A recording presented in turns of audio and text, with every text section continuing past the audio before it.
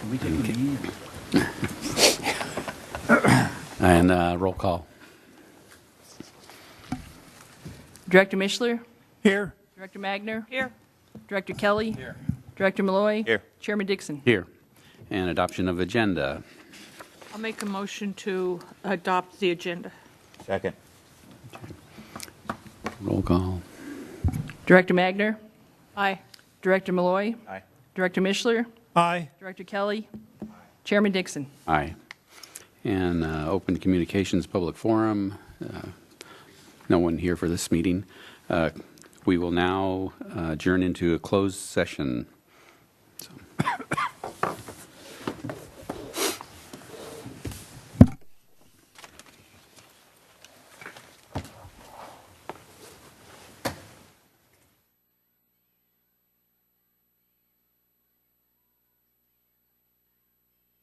Our closed session, and we have no actions to report at this time. So, we will now convene the regular meeting, October 4th, 2017. And this is the Pledge of Allegiance. Lanny, could you lead us?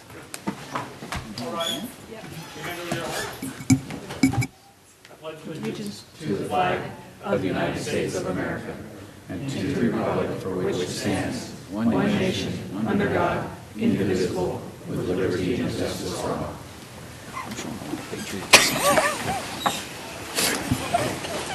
And roll call. Director Mishler?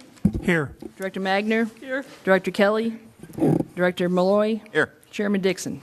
Here. Adoption of the agenda or amendments to the agenda. I'll make a motion to adopt the agenda. Second. Director Magner? Aye. Director Malloy? Aye. Director Mishler? Aye. Director Kelly? Chairman Dixon? Aye. Presentations, district highlights.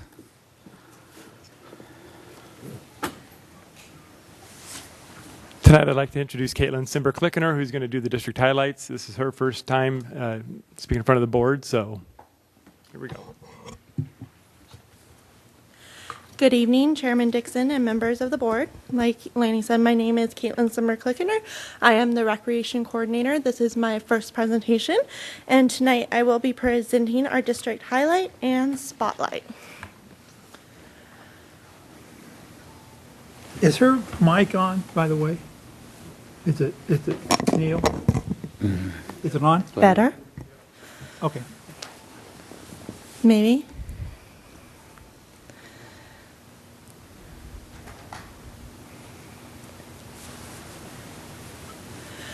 We're going to begin with the Pleasant Valley Aquatic Center. In September, the pool was closed for 2 weeks, where maintenance and aquatic staff worked to clean the facility and address some of the maintenance issues. They did a ventilation system overhaul. The heaters for both the locker rooms and the pool heater were serviced. The water slide had rust removal and repair. And the deck was cleaned and etched to remove slippery spots. Moving on to our outdoor education, our hikes for the fall, we have a bird and natives plants hike on October 14th from 9 to 10:30, and that will be where we can see over 100 different kinds of birds that live in our area, with the possibility. A sunset creatures hike on October 21st from 5:30 to 7 p.m. where we can find out what types of creatures lurk in the dusk. And lastly, our adult nature hike November 4th from 3 to 4:30 p.m. where they can explore birds, wildlife, plant life along a wooden stream with other nature enthusiasts. Moving on to our education classes, we're highlighting a rock painting class that we have going on October 20th from 6:30 to 8 p.m., where you can learn how to design your own rock. An origami flower making class where you can learn the art of origami. Again, that's November 3rd from 6:30 to 8 p.m. All these classes will be held at the community center. We have the rummage sale this weekend. It is going to be Saturday, October 7th, bright and early, 7 a.m. to 1 p.m. It is located at the community center parking lot. It is for the Pleasant Valley Senior Center. Reserve your spot today. They are filling up quickly, so make sure you go get your spot. And you do arrive early. You want to make sure you're out there getting all those great bargains. We have our Wii Bowling Tournament next week, which will be Thursday, October 12th in the Community Center Auditorium. The public is encouraged to come to cheer for their favorite team. We have our Senior Center dance for Halloween. We are actually very fortunate this year that it does fall on Halloween. So that is be on Tuesday, October 31st from 12:30 to 2 p.m. We ask that everybody comes dressed in a costume and know that there will be big band music by the Seniors of Note Band. Also with the Pleasant Valley Senior Center, they're going to go on a pachanga excursion on October 17th, which is $35. And then there's the Laughlin Riverside Casino excursion, which is November 7th through the 9th. Please call to check for availability. They are filling fast. Tomorrow night, we would like to invite everybody to a public open forum to discuss the Senior and Community Recreation Facility Needs Assessment Study. Again, this is tomorrow, Thursday, October 5th, from 6:30 to 8 p.m. It is located at the Community Center Auditorium. We would like you to please come and let your voices be heard. Moving now into sports. The fall adult sports program have started. Softball, which is played at Pleasant Valley Fields in Mission Oaks Park, has 51 teams. Kickball has 18. And basketball, which is held at Monte Vista Gym, has 16 teams. Moving on to our special events. The next big special event we have coming up is Halloween in the Park. That is, again, on Halloween Day, which is Tuesday, October 31st. It's in the evening, so from 5 to 8 p.m. at the community center in the grass. We have a costume contest, games. We have a local wildlife presentation using our taxidermy animals, a trick-or-treat village, crafts, and more. We are very excited for this event. It's free to the public, and we welcome anybody to come. Our next special event coming up is Breakfast with Santa. This is Saturday, December 2nd. This is the Saturday before the parade. So again, that's Saturday, December 2nd. It starts at 8 a.m. It's again at the Community Center Auditorium. It is $10 a person. Unless you are under the age of 2 years old, then it is free. We are asking you to register now as this event does sell out. And we want to point out that we are Boy Scout Troop 808. Come to sell poinsettias for $8.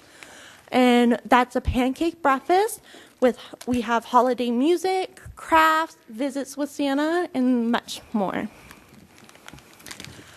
I am happy to announce our Fairy Tale Christmas Parade and Santa's Village will have a Grand Marshal of Anthony Davis.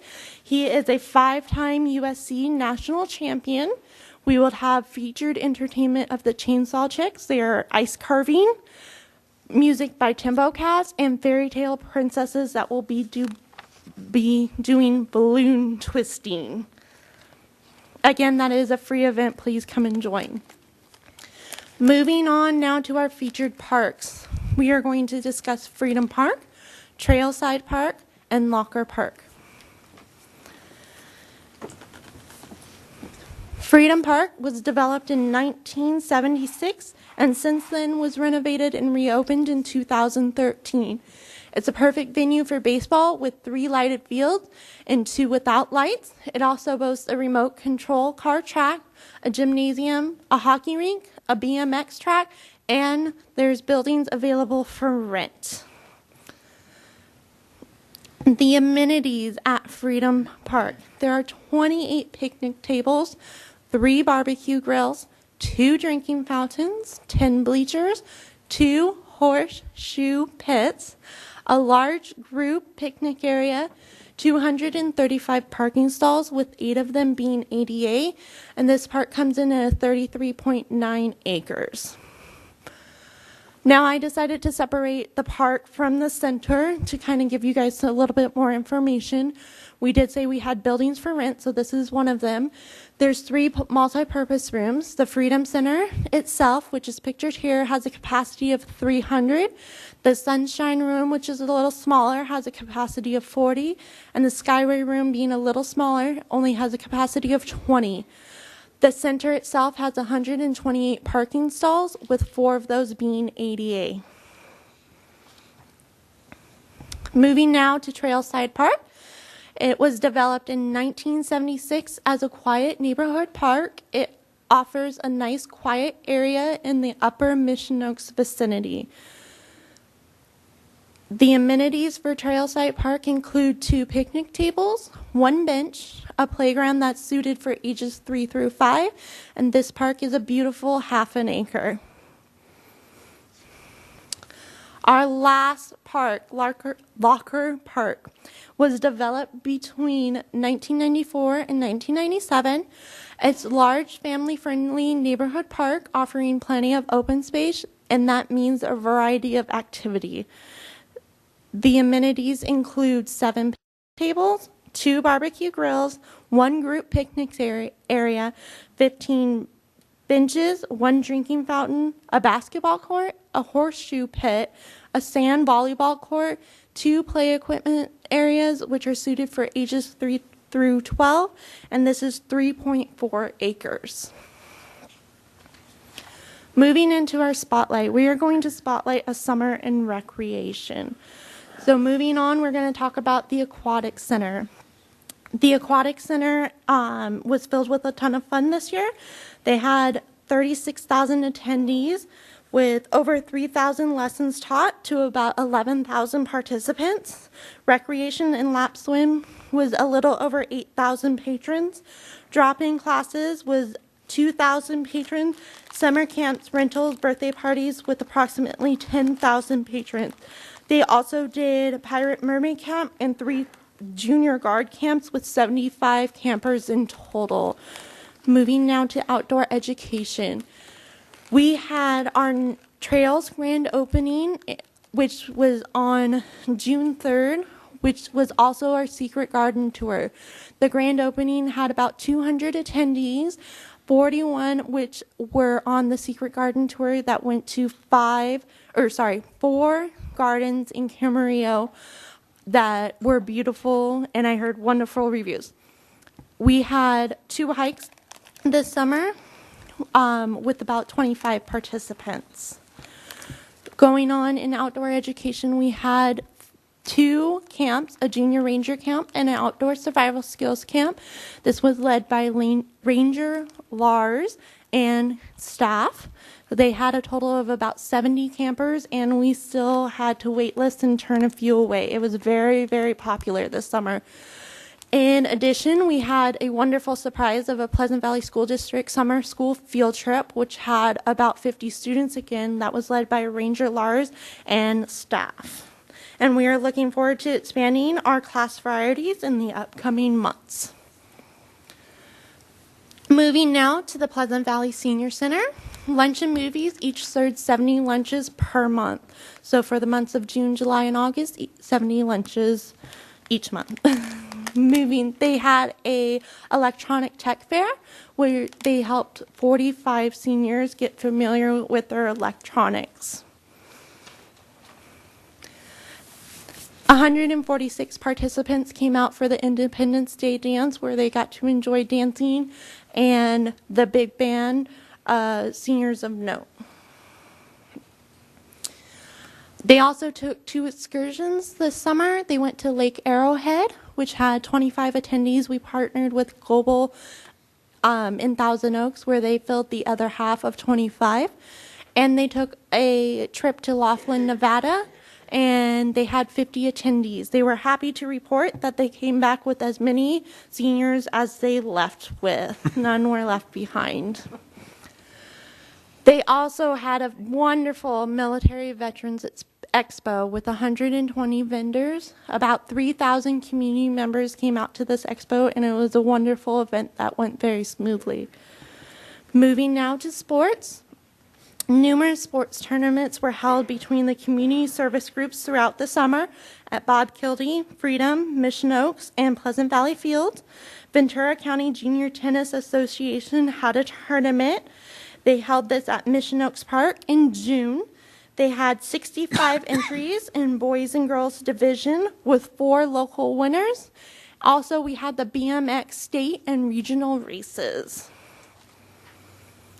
Camarillo Community Band. We had 4 July concerts on Thursday nights. We looked at about approximately 150 attendees per performance.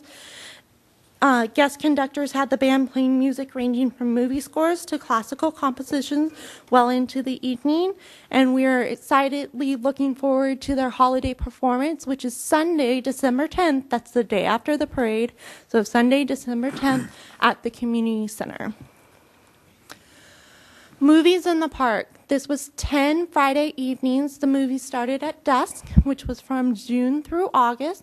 Our average audience size was between 200 and 400 people. The audience expressed positive comments in regards to movie choices and to the before the movie activities that we conducted. Our end of summer campout was wonderful. We had several local sponsors, Coffee Bean, Moose Lodge, Noah's Bagels, Sprouts, and Vaughn's all helped out with that. We had 300 participants. I had the local fire department come out. I had David Kromka bring his fire truck out as well. We served dinner, breakfast. There was a campfire, s'mores, a bubble show that was a huge hit, and crafts and the movie Trolls, where we did the best troll hair contest that kids enjoyed. Our end of summer campout was actually featured on the front page of the Acorn, and here is the article that they saw.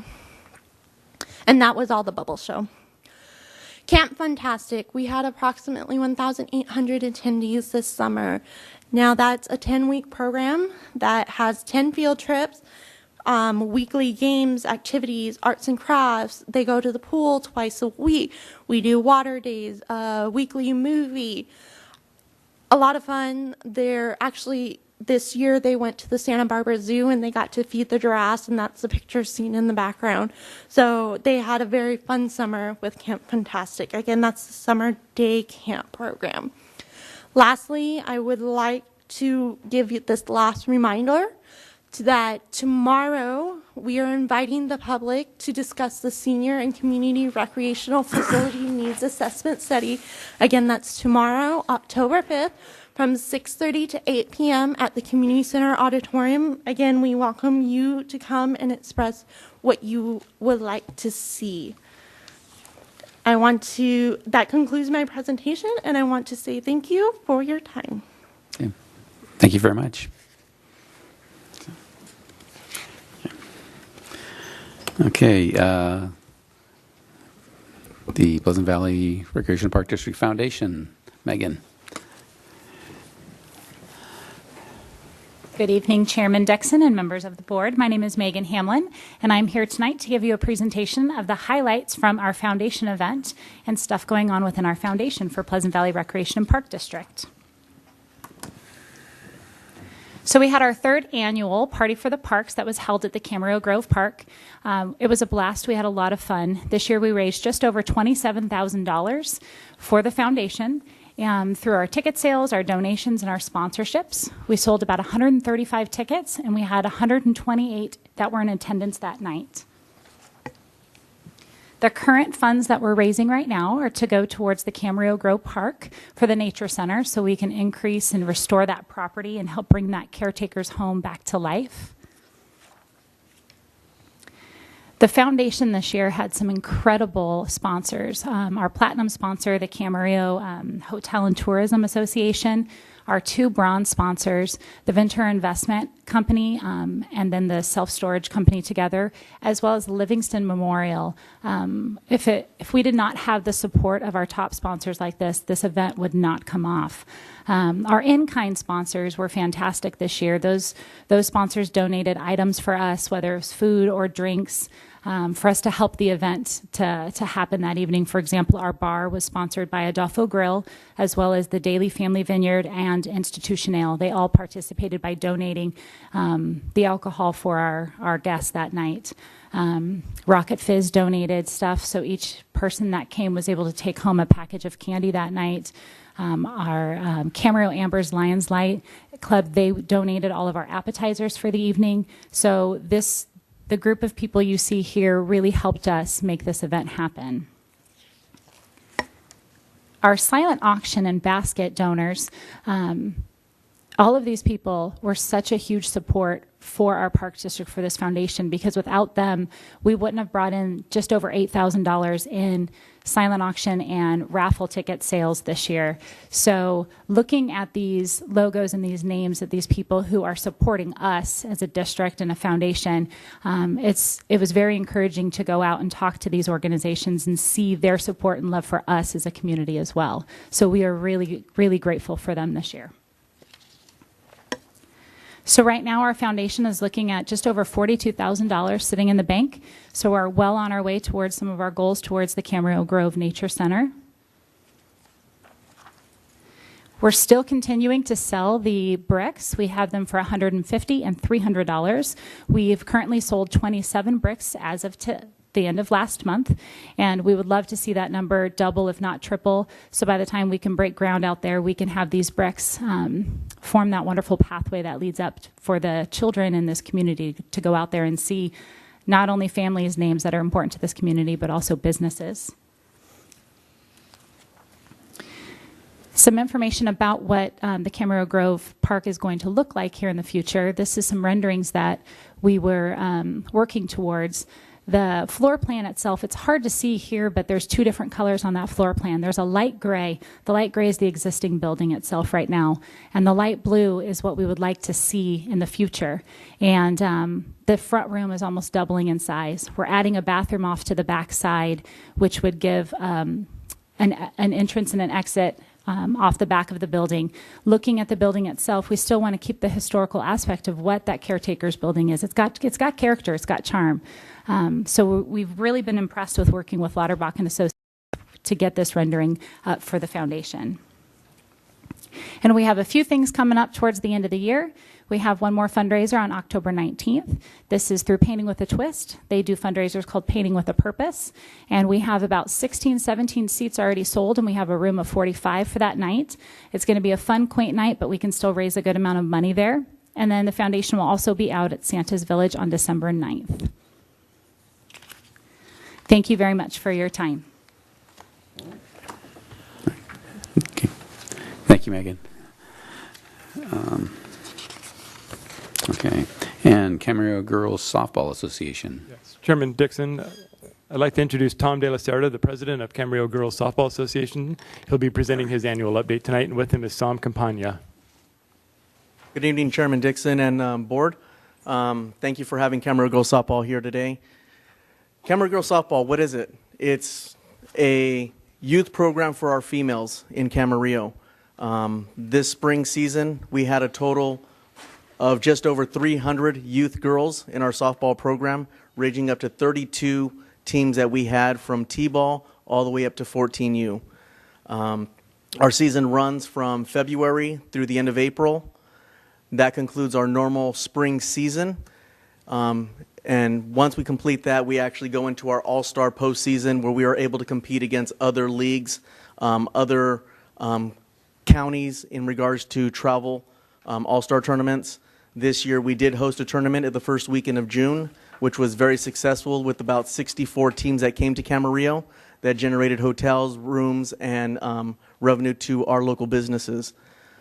With all-star season, I'm proud to say that our three competitive teams, 8U, 10U, and 12U, did qualify in our districts tournament and reached our state tournament. So we did all reach to the state tournament. We did have one team, which was our 8U division, where for the first time there was a nationals tournament, or a regionals tournament in San Diego for the 8U division, which they took first place representing Camarillo. So that was a huge factor for our program this year. in the All-Star programs, and we're working to continue to build upon that. As All-Stars ends in July, we do have a Friday nights program in the fall, which allows more competitive play for the kids who are interested, who are not playing multiple sports, or if they are and available to play Friday nights, so it does not impact, Saturday or Sunday games, they're able to come out and play softball against, again, other competitive leagues, teams, travel ball teams that are out there. So we do host a 10-week Friday night league here in Camarillo at the Mission Oaks Field, which has proven to be a very successful program. This is our 6th year in the program, and it is a demand for other leagues coming from Santa Clarita, Westlake, Encino, Sherman Oaks to want to come out and compete in our program.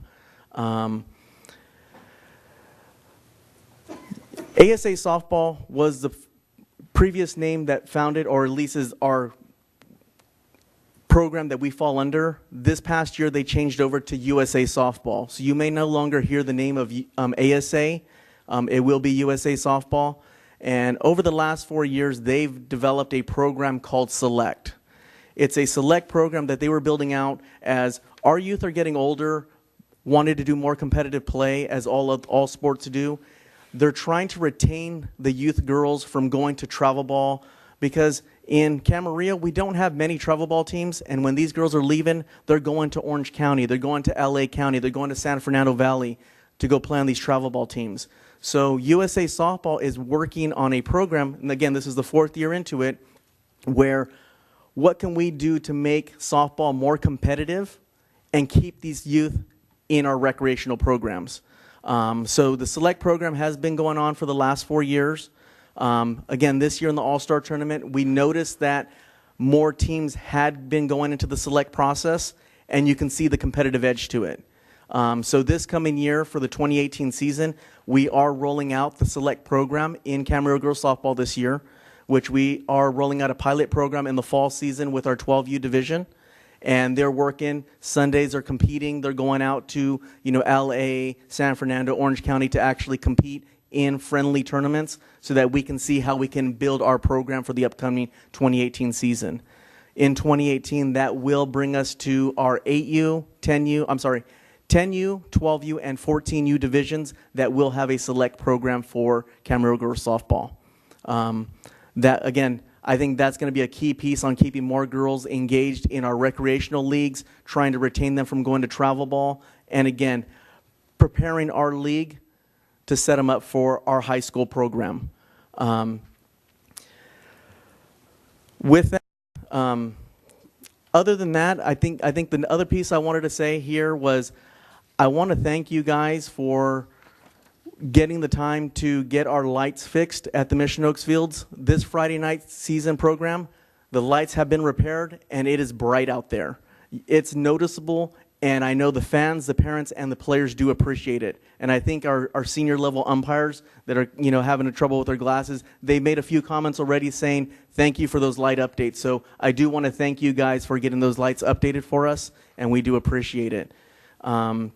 And again, I think going on for this upcoming 2018 season, I know you guys were there at our opening ceremonies, and I think the kids love it to see that our community is out there, and I'm looking forward to having you guys there again to be there part of our opening ceremonies program.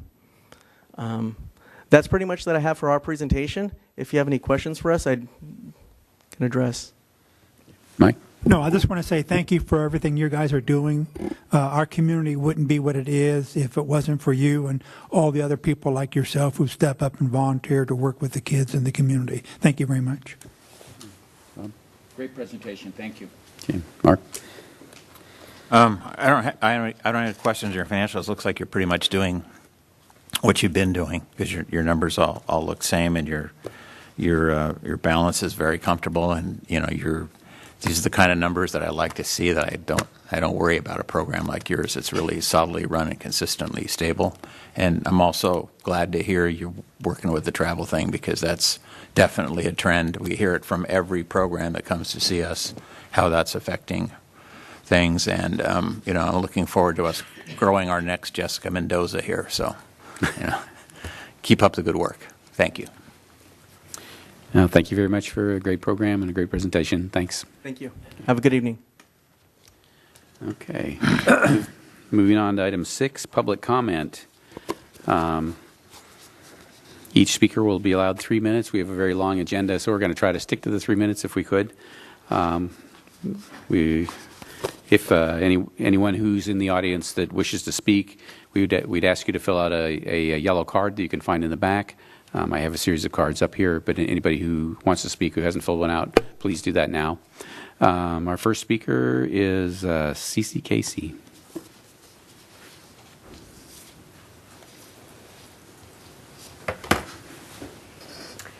I'm Cece Casey, and I'm a tennis player.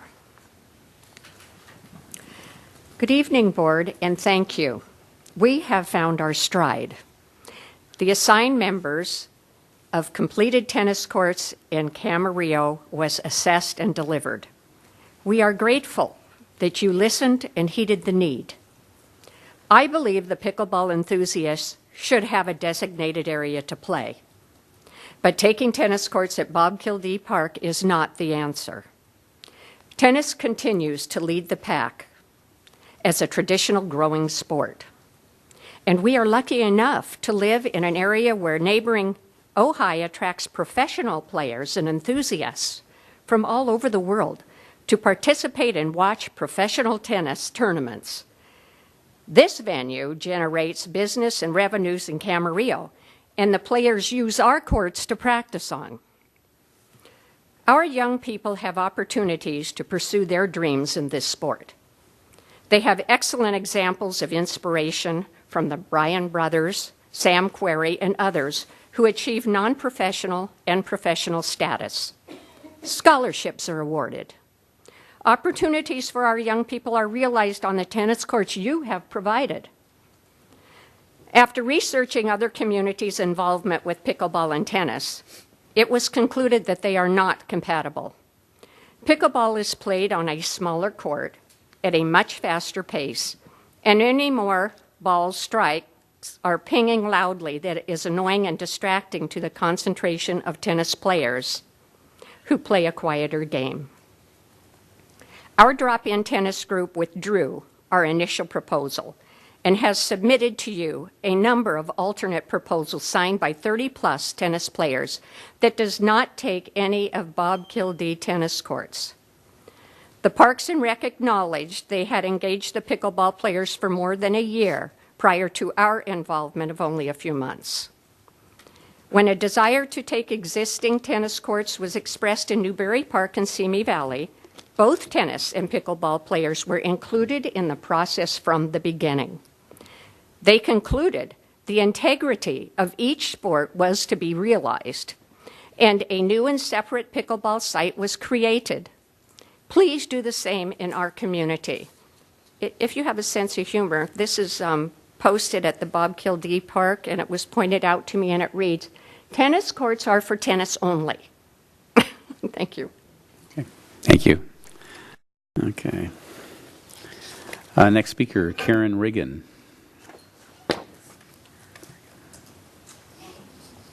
Thank you very much. I'm very pleased to be here, although I'd rather not be, if that makes any sense, because I'd like this all to be settled. It would be great.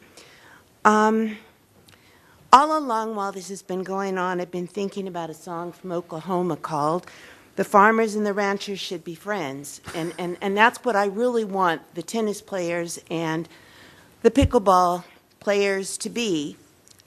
It seems like we're the same because we both have rackets and we both have nets and we're out there hitting balls. But that's kind of like the Oklahoma thing where, you know, you got the cowboy hats, the boots, and they're all riding horses, but you've got cattle that are trying to go into the cornfields and it doesn't work. They have different needs. Another thing is I jog before tennis every day, and I have music that I like to play. Well, normally I play classical music. It relaxes me.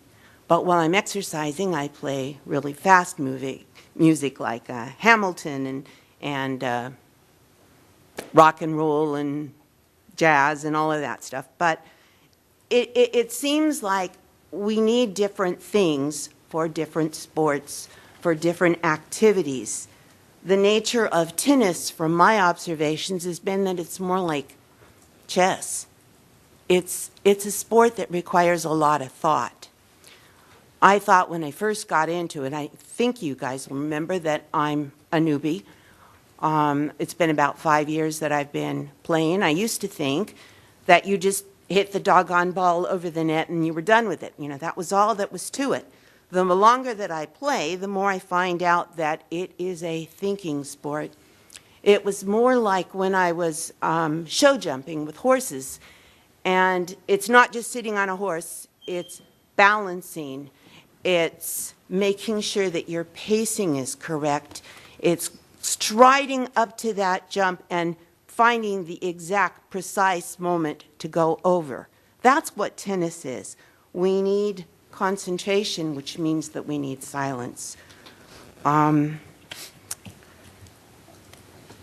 Tension is a real big factor. When there is ping, pong, pong, pong, ping, ping, ping, pong, pong, pong, people can't think. In fact, when I started playing tennis, there was a tennis player who couldn't stand it that I was trying to do this, like this, you know, to improve my tennis. And she said, shh, please, I can't concentrate. Well, that's the problem. It's like if you've ever been next to a person who just talks and they won't stop, and it starts giving you a headache, that's what's going on. So I really want us all to be friends, but we have different needs, and I hope that you remember that. Thank you for hearing me. Thank you. Fred Phillips.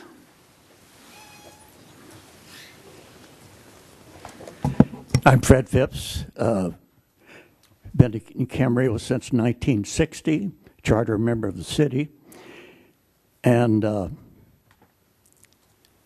have been a participant for 18 years in park and rec programs with softball and basketball, and privileged to play on the tennis court at Pleasant Valley, which is now Kildee Park, which, by the way, has a real cracking problem. It has been over the years and needs to be resurfaced. But one day we showed up and we had these strange yellow lines painted on two of the courts, and we couldn't figure out what happened. And then we find that right on front, as you go into the tennis court, there's a giant sign that says, "Tennis courts are for tennis only." And we're not following along with that. We don't allow the golfers to come on the soccer field over across the freeway and practice their golf swings and make divots on the soccer field. And we don't want to build a golf putting green and try to include a bowling thing on the same grass. And tennis and pickleball are two separate sports, and they should be provided in two different amenities. And if you look at what's happened in Mayo and Simi Valley, they've had a similar problem, and they've found that these are not compatible activities. They need to be separate activities, and we would like to support both of those. And we have made a proposal where we would convert some of the tennis courts to pickleball courts, one being the courts at Springville Park, only if you build tennis courts on the new park that will be built near Springfield off-ramp. And that's one of the proposals. And I'm going to close, but I may, one day, I'll be 85 in January, and I may pick up pickleball. And so I don't want to eliminate it, but it needs to be separate from tennis. Follow the sign, tennis courts for tennis only. And I believe we have a sign, a picture of it someone?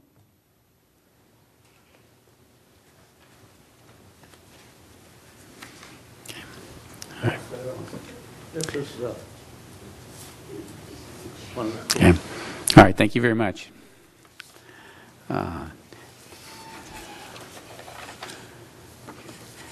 D. Horn.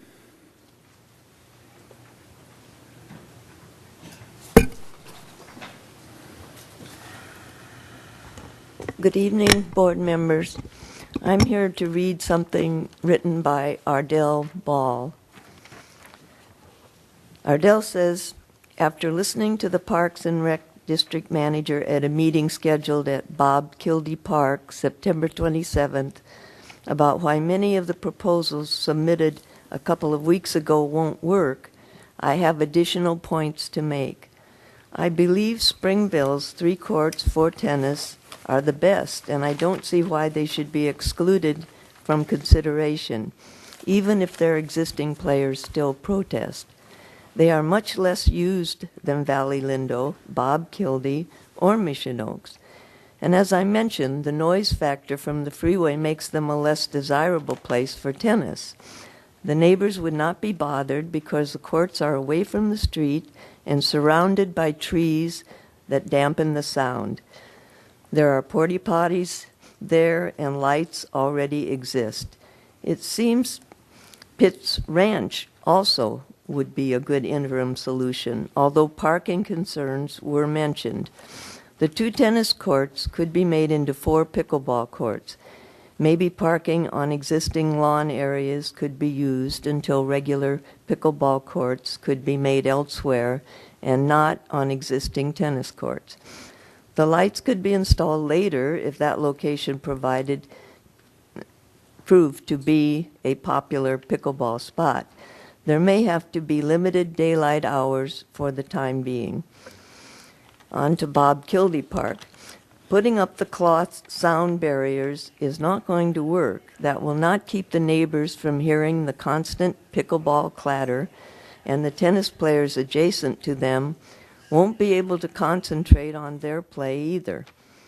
The only time I don't hear the pickleball noise is on the far side of the handball courts that has an 8-foot concrete barrier. If you enclose the courts at Bob Kildee Park with concrete enclosures or noise barriers surrounding the fences, the courts will become very hot, and a rapid game like pickleball or tennis would become unbearable. Is there room in the subdivision at the corner of Santa Rosa and Upland, as they have a large park with no tennis courts? The people living there tend to be older, as the homes are expensive. Those homeowners may be potential pickleball players. Please consider the above items when making your decision. Tennis and pickleball are not compatible on the same courts as proved by Simi Valley and Newberry Park. The tennis players should have been notified when you were even thinking of painting lines for pickleball. It is time to consider us now. Thank you. Thank you. And Patricia Rogozinski. Okay. Excuse my appearance, but I've been working at the hockey rink, so I wanted to stop by. I had a question for the board. My name, like you said, is Patty Rogozinski. I run Freedom Park Hockey.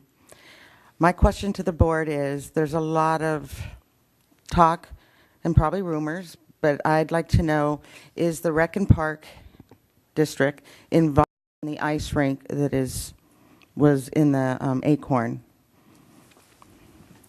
Do they have any involvement with that? Are they going to be part of that, hand in hand? If you'd like me to answer Yeah, that. yeah, We if have you're not there. been addressed at this point. Does that mean a no or a yes? That just means that we have not, nobody has come to the Park District to ask or request or have a conversation. Okay. I believe in the Acorn today. And also, we had email response back and forth in Texas that said to call the Park and Rec at Pleasant Valley on Burley or email them in regards to the meeting tomorrow night. that they were working hands in hand with the rink and would be working the rink. So I wanted to know if that was truth. Because before I left here, there was a conversation. Text. I think it's pretty safe to say that I don't think a single person up here knows anything about an ice rink. I just want to know if it's, you know. We know what you know. We essentially know exactly what we read the same article, and that's all we know. Oh, I'm not against it. We are a feeder program, and we do hand in hand together. But I'd like to know, if they were, I'd like to be involved and be able to keep both programs going. Of course, I want my business to go. Second of all, that's all I wanted to ask, because I plan on being at that meeting tomorrow evening. I had friends that used to run the Oxnard rink, and I'm familiar with all the players around, and owners. I will hopefully be involved. My last thing is, Mary, can we have a meeting this coming week? Before I leave, you're here, I'm going to ask now. Well, I'll have Lanny work with you to set one up. I know this week we're working with the needs assessment. We'll get one set up. Soon, I hope, within the next 2 weeks. Can I estimate that will happen? I have to ask, you're a very busy woman, and before I leave here, I'm going to pin you. So, okay. Then I'll look forward to that, and if not, we'll come back, and you'll see me here again. Thank you for your time. Okay, thank you. Take care. Okay, I have no more cards. Is there anyone else in the audience that feels that they would like to address the board? And if not, we'll move on to the consent agenda. Go ahead. We have any motion? I'll make a motion to approve the consent agenda. Second. Okay, roll call. Director Magner, Aye. Director Malloy, Aye. Director Mishler, Aye. Director Kelly, Chairman Dixon. Aye. Okay, we'll move on to item 8, public hearing on ordinance 8 governing the use of the parks. And we have a presentation. Good evening, Chairman Dixon, members of the board, Mitchell Cameron, your administrative analyst for the district. And again, today I'm going to present the ordinance 8. And the recommended action would be to conduct a public hearing, to request a motion to read the complete ordinance number 8 title and to waive further readings, and then a second motion to consider, a second motion to approve the introduction and first reading of the district's amended ordinance number 8, governing the use of parks, recreation areas, and facilities. A little bit of background. The district has a set of ordinance that was assigned a number that resulted in ordinance numbers 1 through 6, with each maintained as a separate document. In May of 2009, the district consolidated these 6 separate documents into one new document labeled ordinance number 7. That was completed in, again, May 2009. In May 2010, that was amended and created ordinance number 8, and this was developed and initially adopted to assist the Park Patrol program in its effort to identify, establish, and enforce ordinances and the citation process. In April of 2011, the ordinance was amended again to incorporate day-to-day operations within the Park Patrol program. The most recent revision of the ordinance was completed in June of 2015. It has been a common practice to review the ordinance annually and update if necessary according to the current needs of the organization. Staff has met with the policy committee to review and refine the ordinance on 3 separate occasions. There were a variety of grammatical and spelling errors that have been identified. Please excuse any that may be present in this presentation and corrected, but the impact changes are as follows. One change, we updated the minimum age for permits from the 21 to 18 unless alcohol is present. So anyone over the age of 18 would be able to reserve one of our obtain a permit for one of our facilities unless there was going to be alcohol. In that case, obviously they would have to be over the age of 21. We changed the permit requirement for groups of more than 15 and provided a definition of organized groups, which means more than 15 people, changed the permit requirement from 15 and created a new definition for groups and labeled it organized groups. A meeting or assembly at one of the parks that includes more than 25 people, including but not limited to picnics and parties for family, religious institutions, community or school events, or other similar activities. Authorize park rangers to place citations on a car window shield. We increased business application fees to $100. We created a section that prevents permit holders from charging fees and restricting access without board approval. We deleted section 118, permit issuance, to minimize duplication. There is some information there that was repeated in another portion. We removed it here in section 118. We added a parking fee restriction and timeline to section 202. We separated vehicle parking fee and park access fee. We deleted section 202, vehicle and parking E, to minimize duplication. So again, there is another paragraph that was duplicated unnecessarily within the ordinance. We added a competitive activity to definitions, and we combined sections 506 and 511 for simplicity's sake. Again, if the board approves changes to the ordinance, the board will hold another public hearing in November to adopt the amended ordinance. The district policy committee met in March, June, and August. The committee provided staff direction for changes in the ordinance. Staff has prepared a red line and a clean version of ordinance with the revisions identified by the policy committee. You should have both those versions in your packets tonight. And again, my recommended action would be to conduct a public hearing directly after this, and then after conducting the public hearing, to request a motion to read the complete ordinance number 8 title and to waive further readings. And then 3, consider a separate motion to approve the introduction and first reading of the district's amended ordinance number 8, governing the use of parks, recreation areas, and facilities. That concludes my portion. If you have any questions now, that could be great, or we could open the public hearing as recommended and identify any questions for the board and the public at that point. Okay. Do we have any questions before we open the public hearing? I've got some questions. You make quite a few changes to the words lands, property, and park. However, now you've got them all over the place. What are we going to use? Are we going to use one thing or the other? We're going to use one thing. Part of the problem we had with the lands is there was a bunch of different definitions, so we worked with the attorney to find an up-to-date verbiage for that specific item.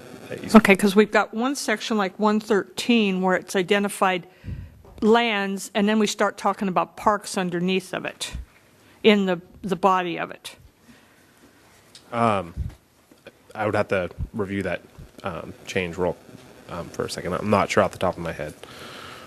But the point would be to consolidate and keep it consistent as possible. That was part of the... Well, it doesn't seem like it's consistent. That's what I'm stating. Can you define what page that is on in our handout? What page is that? Section 113. Yeah, I believe it's 32. You've got use of district lands, and then you've got each application for use of any park. I don't understand. Are we talking about lands or includes parks? Are we talking about...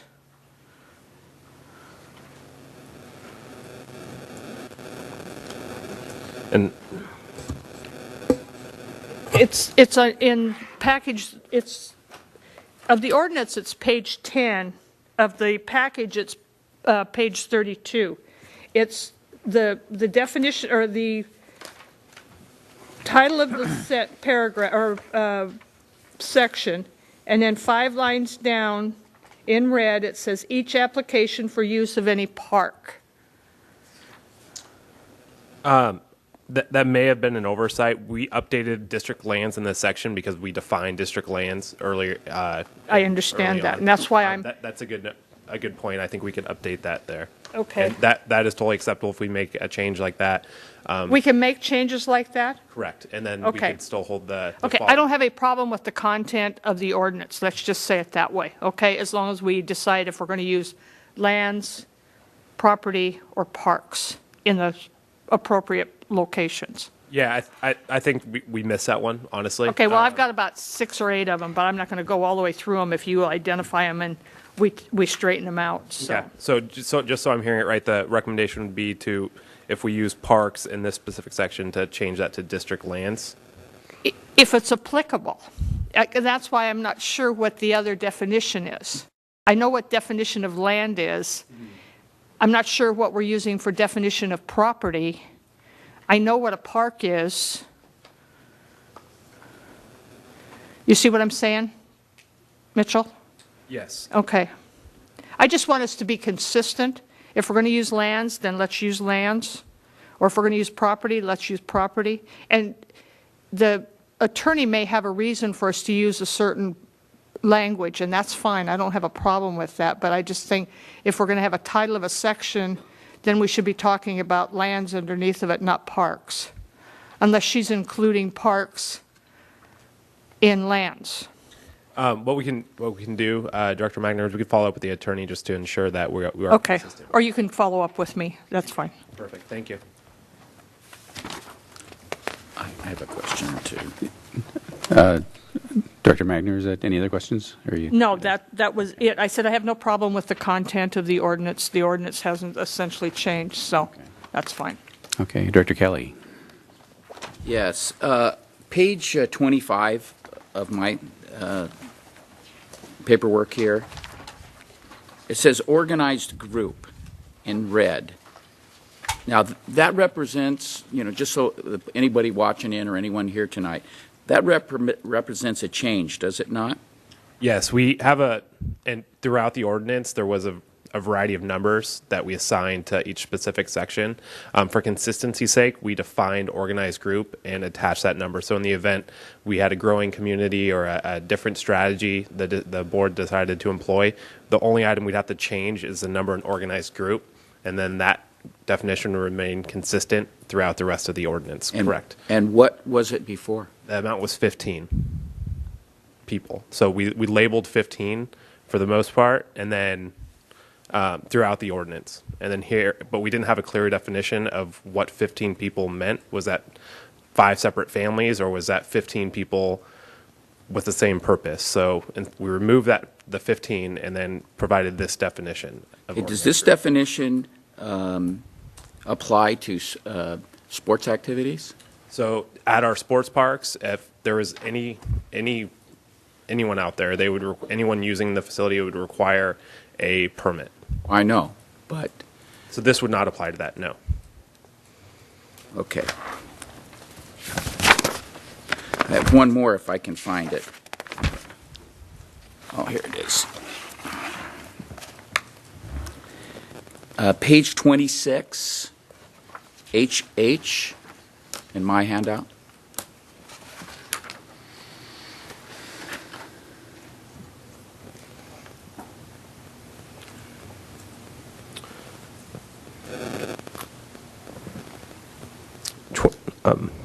On page 26 of the packet, or 26 of My the packet, whatever I have, whatever you give to me. It's the red line version.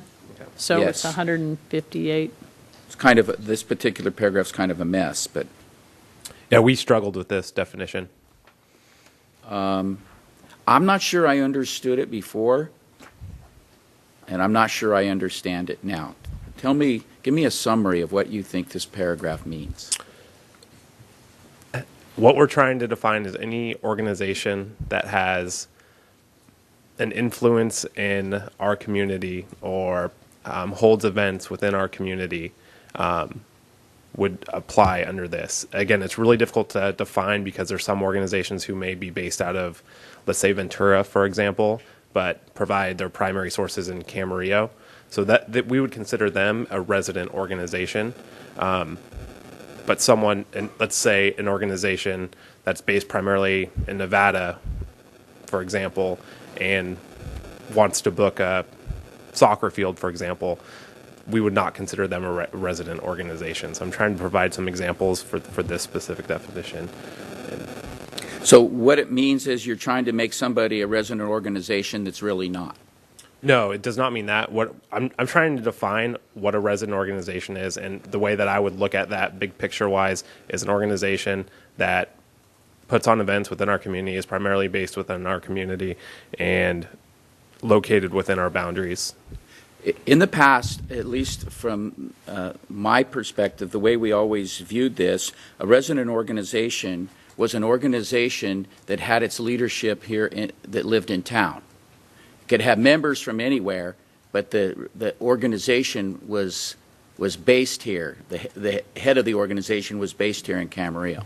So what you're saying is with this paragraph, that would not be the case. I apologize, Director Kelly. Just to read it over, can I just read it one more time? We had a really difficult time reading through this. Go ahead. Shall mean public and private educational, service, and civic groups and nonprofit organizations with members who reside within the district when such groups are located within the district and providing programs open to the public with a primary purpose of recreation and/or youth service. So with the definition we define here, yes, it is possible for an organization to be based outside of Camarillo, but have their members be within the city of Camarillo and be defined as a resident organization. That is correct. The old definition, just to make everyone who doesn't have access to it right now, was district-based adult civic or service groups sponsored by a public agency. Also includes nonprofit or not-for-profit groups and organizations wherein the membership resides within the district. So to me, the way that we interpreted that definition within the policy committee and via staff is that's an open-ended definition, and it would be possible to be based anywhere as long as you're recognized by the district and have members within the district. It would still be possible to fall under a resident organization.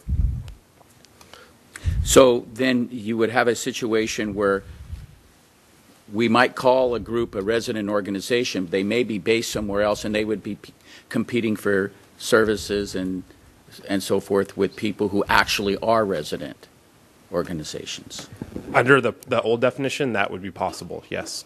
And I think under the new definition, I think there's a little confusion. So with the new definition, it means, just to kind of go over it, because it is worded a little bit odd. So shall mean public and private educational services and civic groups and nonprofit organizations with members. So the members have to reside within the district when such groups are located within the district and providing programs. So it does say that those groups have to be located within the district. What does that mean? So that means the groups have to be located here. So if I'll just take a civic group. So if I'm with the Rotary group needs to be located here, and their members can be from here. Majority of their members can be from here, but you may have a member that may be from an outside. I have no problem with that. That's the way it's always been. Right. So it was cleaning up the language. So it was cleaning up the language. So if we need to be if we need to reword that, we can reword it. But if what I'm understanding and what we've done past practice is that the organization actually needs to reside here within our district. The reason I was asking these questions is what I really don't want to see is basically organizations from somewhere else setting up in Camarillo and muscling out people who run organizations that are actually here. Also, if they're here from here, it gives us more of a chance to know them and to work with them, and they generally are more compliant with what we want to do. So that's where I'm going with this. Absolutely, and I misspoke earlier, Director Kelly, and that this specifically says that the groups have to be from here, located within the district boundaries. So. Okay, so that's what this means. Yes. Correct. Okay, I'm good. Mike, any questions, comments? Mark? Nope. Okay. Then we will. Can you go back to the slide, that your recommendation for what you want? Well, now we have to go to this open. Oh, I'm sorry. Yeah. So I will now go to the public hearing. I now declare this meeting open for public hearing to review the amended ordinance number 8 governing the use of parks, recreation areas, and facilities. Members of the public are now invited to provide comment only towards Ordinance 8 governing the use of parks, recreation areas, and facilities. Are there any members of the public that would like to speak for approving the amended ordinance number 8 governing the use of parks, recreation areas, and facilities? You have 3 minutes to address the board. Okay. Seeing none, are there any members of the public who would like to speak against approving amended ordinance number 8 governing the use of parks, recreation areas, and facilities. You also have 3 minutes to address the board. Seeing none, I now declare the public hearing closed. Okay. We've already gotten our questions for comments from the board, so we'll move on to suggested actions. Do we have a motion to read the completed ordinance number 8, title number 8, governing the use of parks, recreation areas, and facilities, and waive further reading? So moved. Second. Director Mishler. Director Malloy. Aye. Director Mishler. Aye. Director Magner. Aye. Director Kelly. Aye. Chairman Dixon. Aye. And then we need to, do we have a motion to approve the introduction and first reading of the district's amended ordinance number 8 governing the use of recreation areas and facilities, parks, recreation, and facilities? So moved. Second. Director Magner. Aye. Director Mishler. Aye. Director Kelly. Aye. Director Malloy. Aye. Chairman Dixon. Aye. Okay.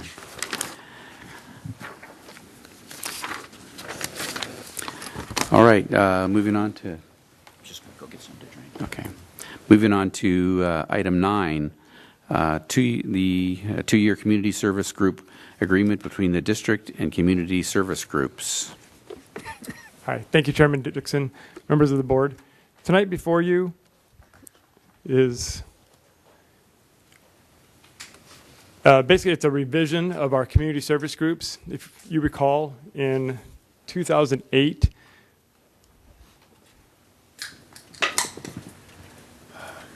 and there we go. I'm sorry. So tonight, let me first, it is recommended that the board approve the updated 2-year agreement between the district and the community service groups. And what did I do, go backwards? In 2008, we had community service group agreements. The 7 community service groups all had boilerplate agreements. So basically what that was what was good for ASO and Eagles also applied to Camarillo Cosmos, who don't even use our facilities.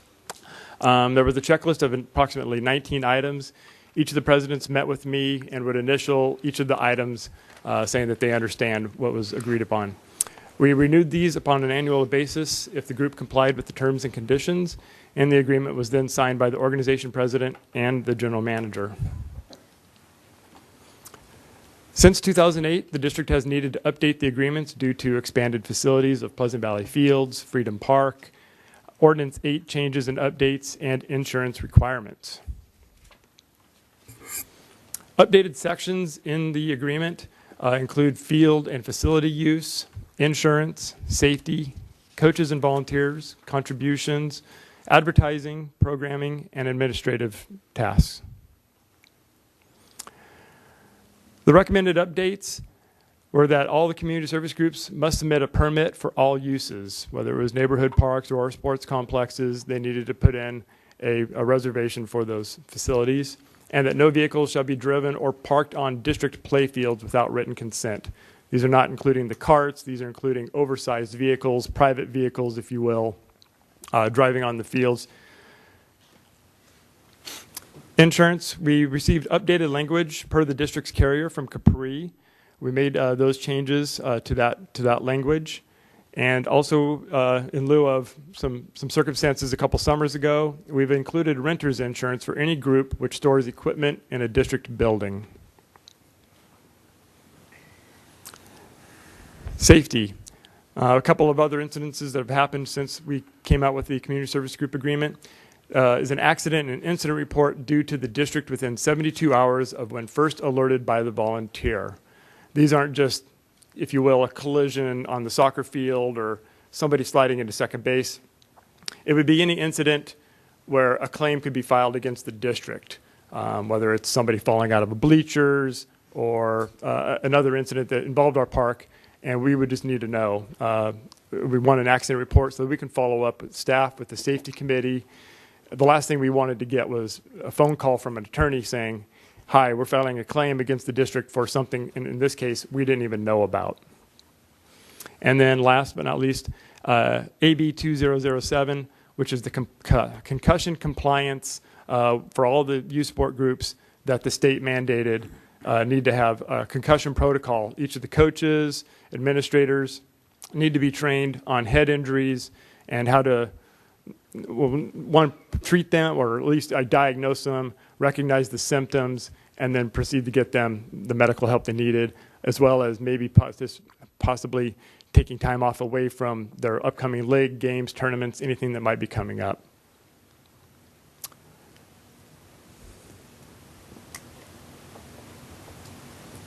Annual financial contributions. This is something that's also developed since 2008 with the bringing on Pleasant Valley Fields and the more use, if you will, of our sports complexes, working with the community service groups on these contributions, some way to help the district recoup the costs of use of the fields, whether it be water, material, and just the use of those facilities. Advertising, we didn't have this in the first one, but they could follow the district and city codes of protocol for banners. We also wanted to state in there that they could also advertise in the activity guide with us for a half-page ad at a community service group rate, which would be less than an outside, I guess, proprietor. Administratively, they would also be financially audited or reviewed by an independent party. So no longer being audited maybe within their group, but maybe have an outside person taking a look to make sure that, you know, they're on the straight and up. We've had groups, we've had contract operators, you know, embezzle, and so we want to make sure that our community service groups are self-sufficient and able to take care of themselves, as well as submit a copy of nonprofit status for tax filing status. In this agreement, we've also made some attachments. So there's a field use schedule. This outlines to the community service group which facilities they can use, whether it's a primary facility where they would play their games, and then secondary facilities that they could have practice, whether that be neighborhood parks, and we line those out. We came up with a field lining policy in 2010 at Pleasant Valley Fields, kind of stating how fields should be lined, marked, whether it's a certain kind of paint. We learned the hard way that sometimes paint can burn the turf if not applied correctly. We added the AB 2007 concussion law. That is just straight out of the state. That's their language that they used, and they also identified the sports that will be affected by that. We've also added, for those groups that it applies to, field closure dates. We've done this with Pleasant Valley Fields. We've done this with Freedom Park, where we do close the fields for a period of time for rest, renovation, and they don't go hand in hand with competition. We need to close the fields in order to keep them playable and nice.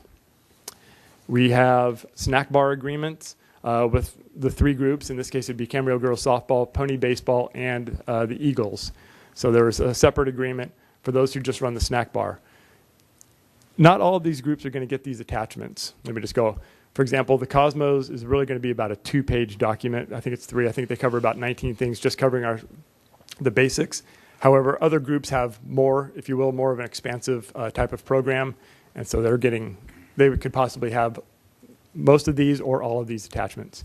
And the last thing was the district accident report form would be attached for the group to fill out in the case that I spoke about, where if there was something that could come back on the district as a claim, they could fill out that information, provide it to me, then we can bring it to the safety committee and address that issue at that time.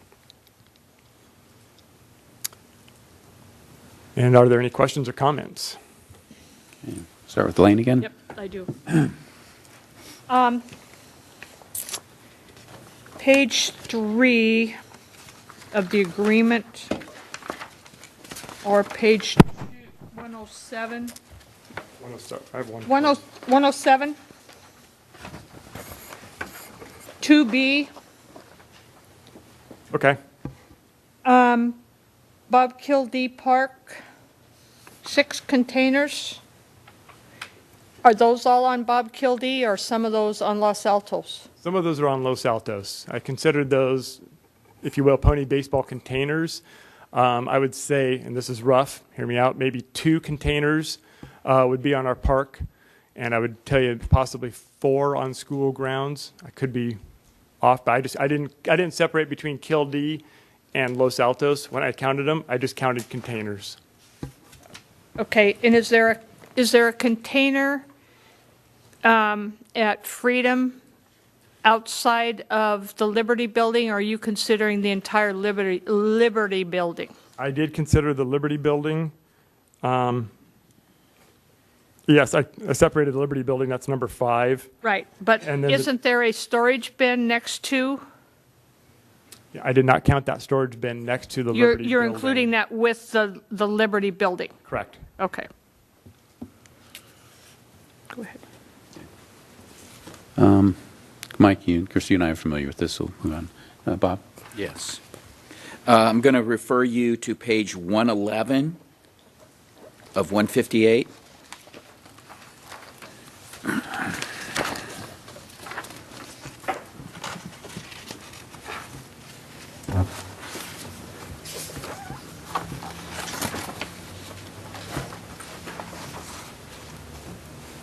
Okay. You got it? I'm sorry, I'm there. Okay. I know this has been discussed over the years for some time concerning the use of particular footwear out at PV Fields and possibly other places, but at least there.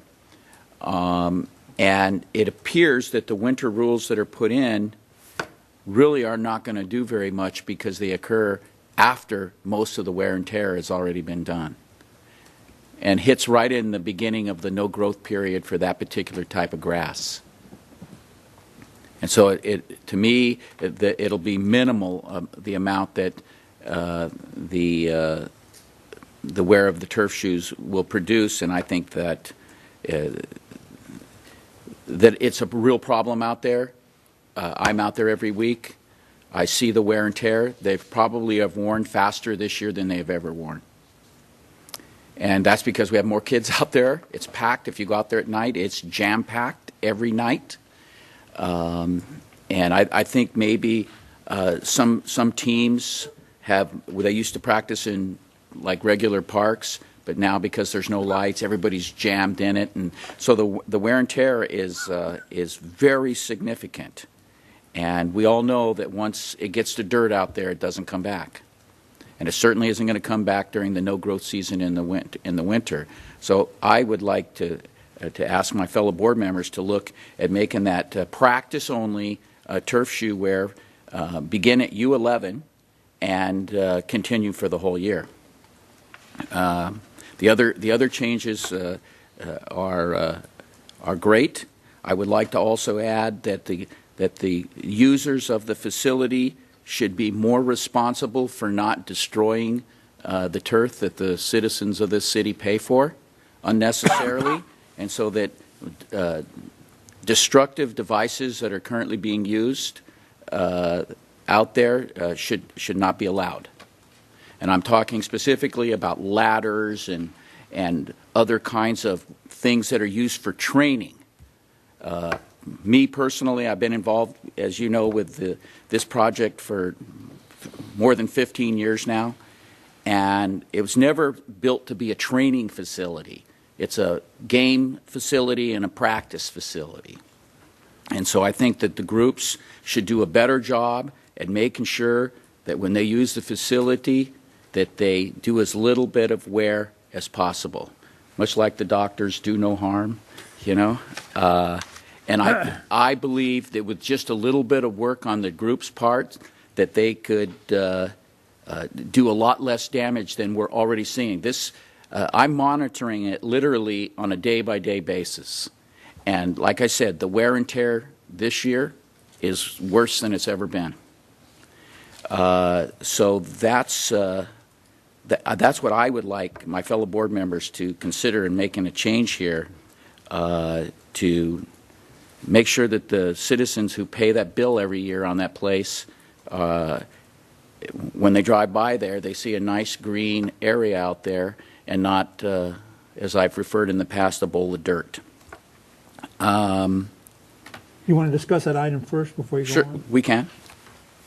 Neil? Yeah, go ahead, Mike. Okay. Yeah, Bob, what I'm wondering about is if we kept this the same, because Lanny, you guys, in Rex and Parks, you guys, I'm not sure if it's you or if it's Matt or somebody, is responsible to go out there, maybe one of Bob's personnel or yourself, going out there and monitoring the condition of the fields and stuff. But you can, right now, even with leaving this alone, you can monitor the fields, and if the practice is too much, you can shut down and say, look, you got to cut back, you got to reduce, you can't use this area, you can't use that area, this area is being wiped out or whatever. But you've been doing that in the past, and you still have that capability. I mean, I'm just saying that's another way to approach the same problem, isn't it? Or am I confused? So let me speak to this, and Bob chime in, is that I think one of the things that we've tried to do is work with the community service groups out there, realizing the amount of practice in play.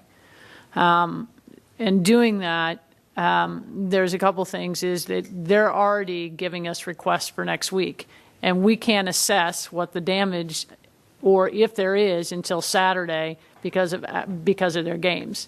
So what that ends up doing is, if we go that route, and we can, and we're starting to look at that right now, is every Monday get a report, then Monday at noon we decide where they can practice and where they can't. So that's going to end up potentially being a big issue of how we do that and communicate. So there could be weeks that they may not be able to practice.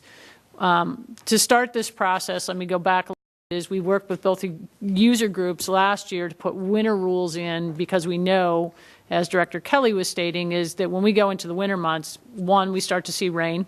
Two, it's going to tear up the fields quite a bit more. So we've been moving in that direction to help alleviate some of that. So during the winter months, I think people are adjusting and have done a good job of adjusting to that. Now, last year we had a ton of rain. I think we struggle right now as you're in the middle part of the season, and we are starting to see wear and tear out there.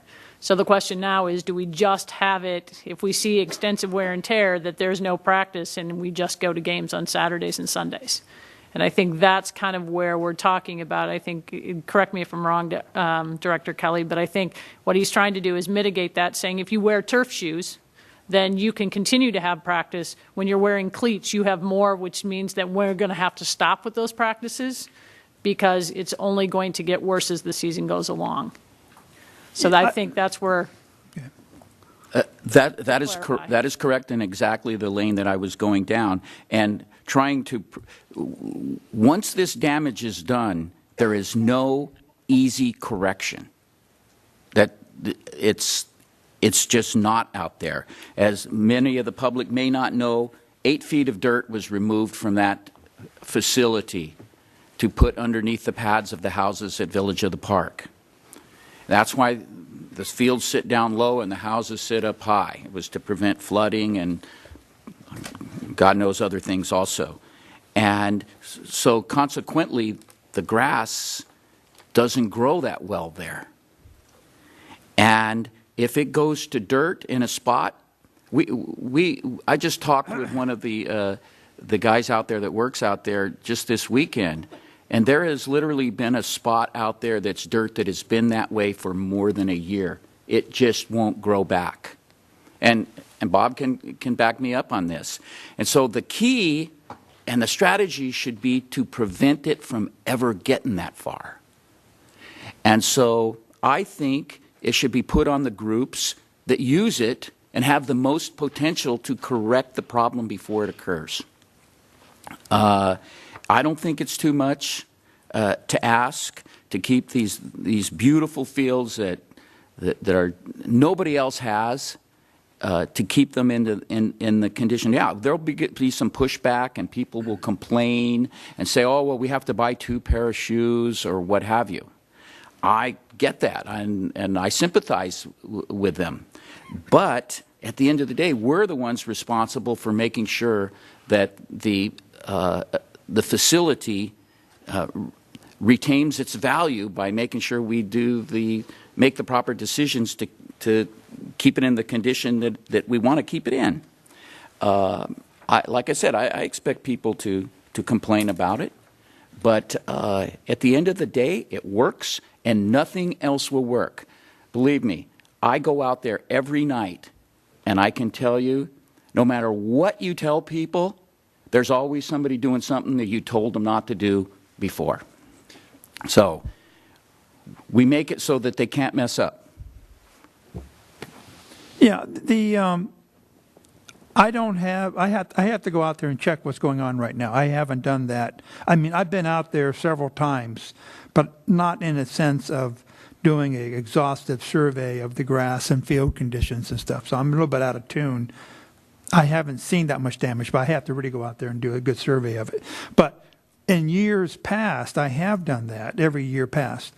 And what I have noticed, and this is something that this won't even help but correct, the heaviest damage I've seen on wear and tear out there is around the field edges, the corners. It's not where the refs are running. It's around the corners where all the spectators are walking around.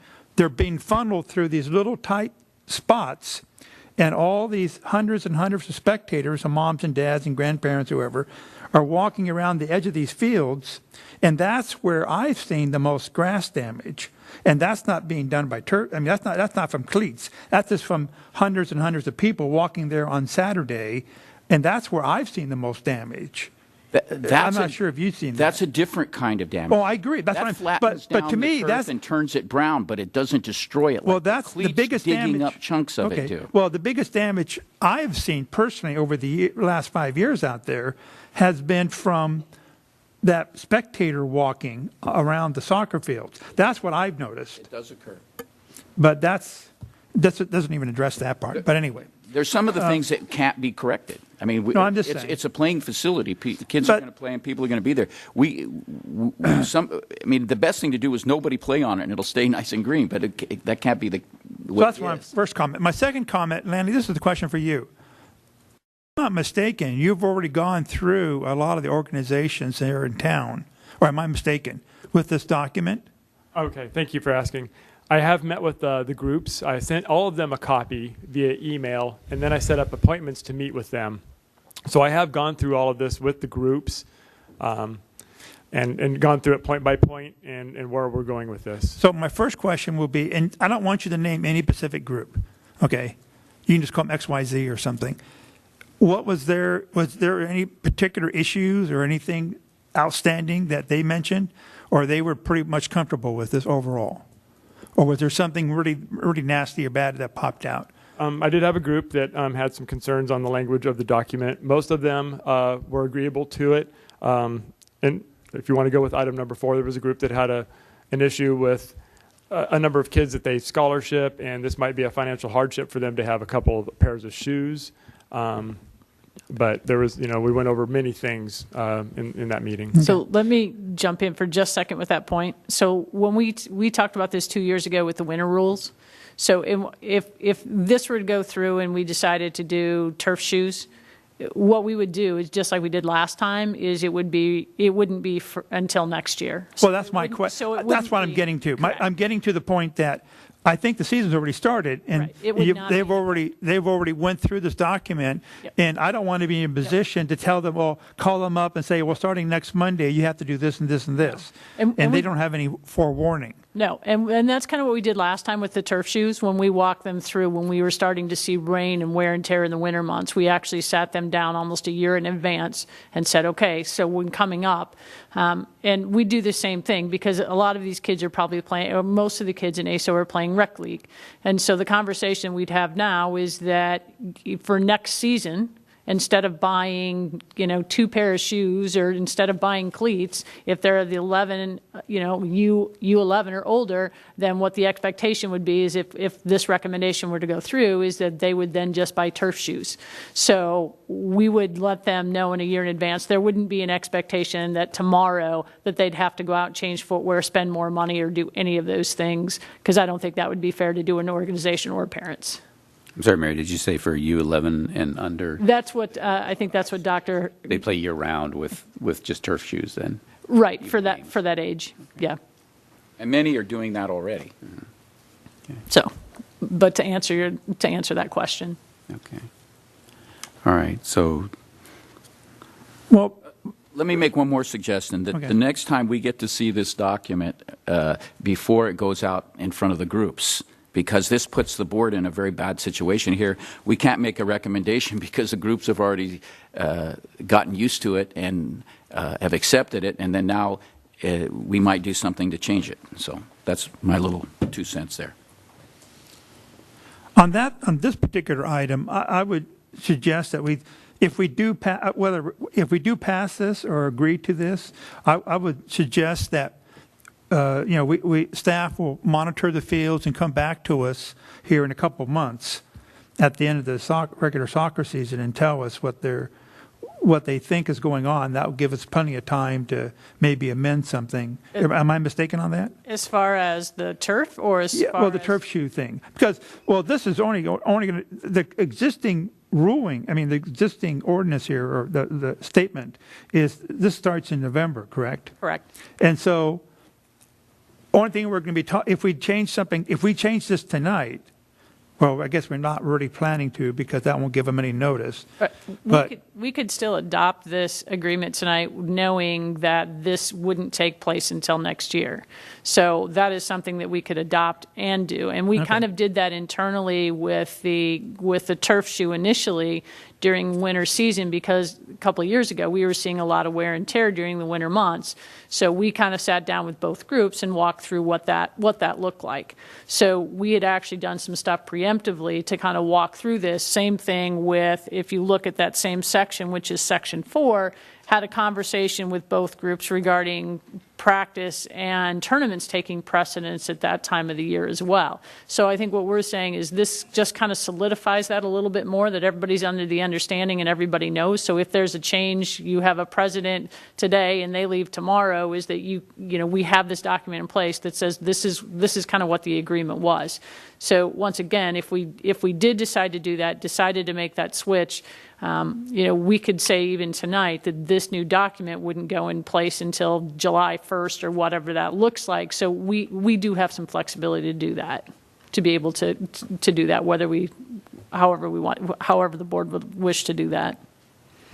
Let's also keep in mind that one of the groups already practices these, and so the wear and tear would be significantly worse if that's not the case. And that's year-round? Yes. All right. Mark, do you have any additional comments? Well, Buddy, do you have any more? No. Okay. You know me, I'm the grass guy, and anything that protects grass is something that's likely to get my attention.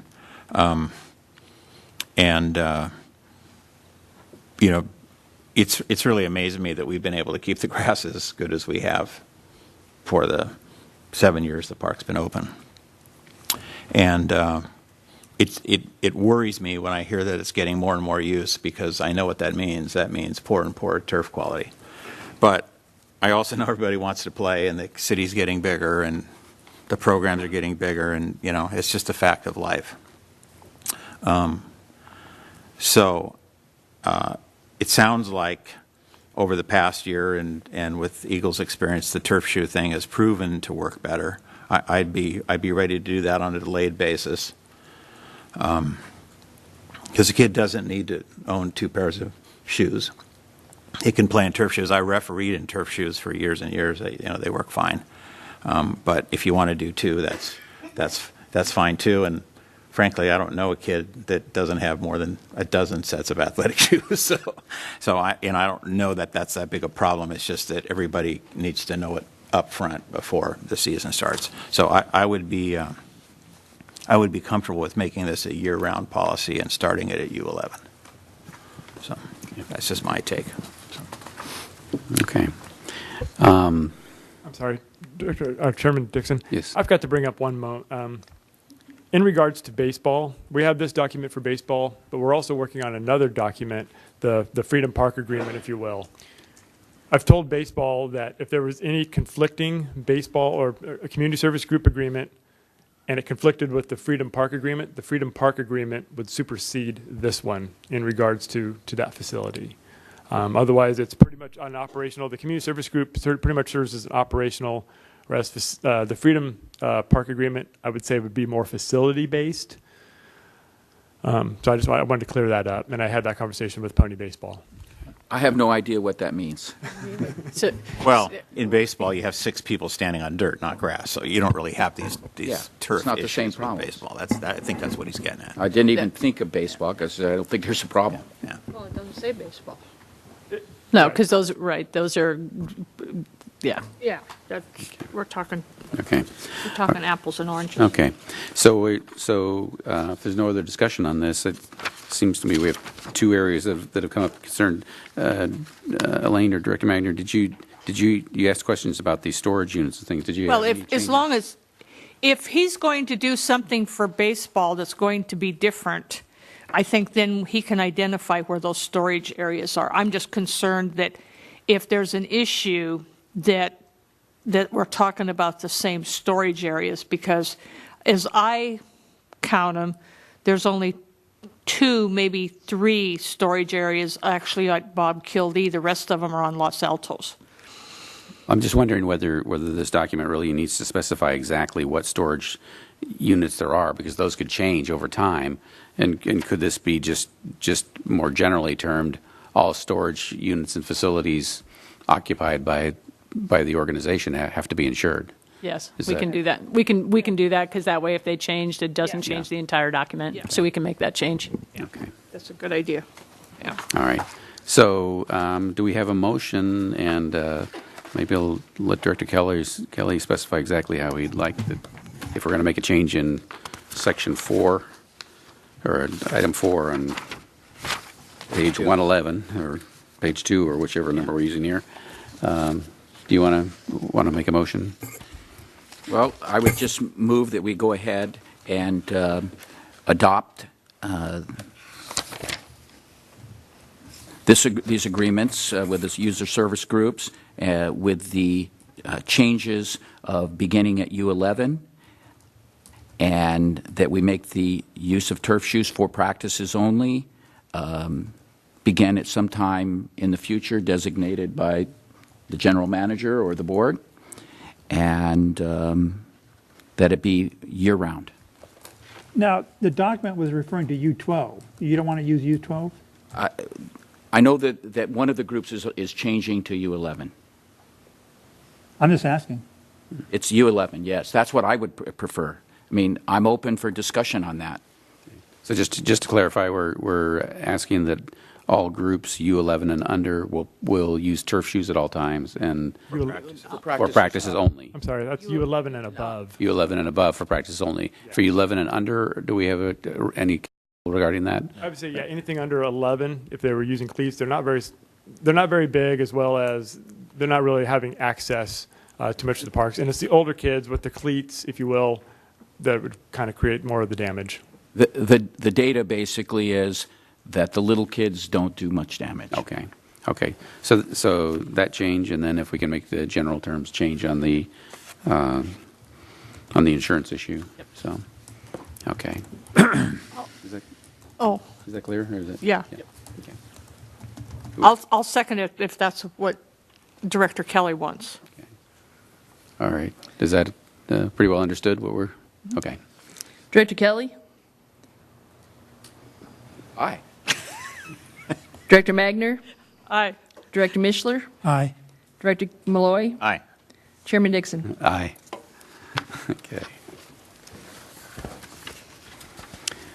All right. 9B, approval of technology use policy.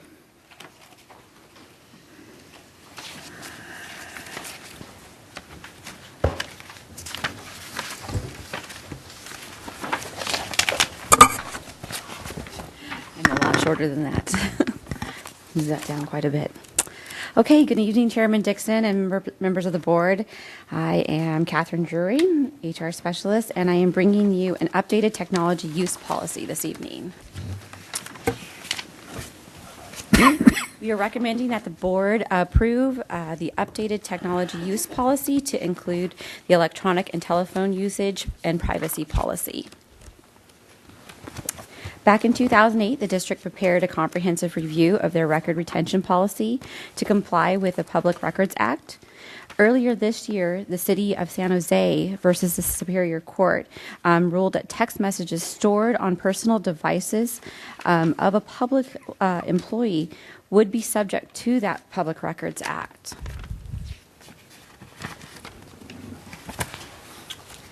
Last year, the board, as you will remember, we updated the employee manual, which included the technology use policy.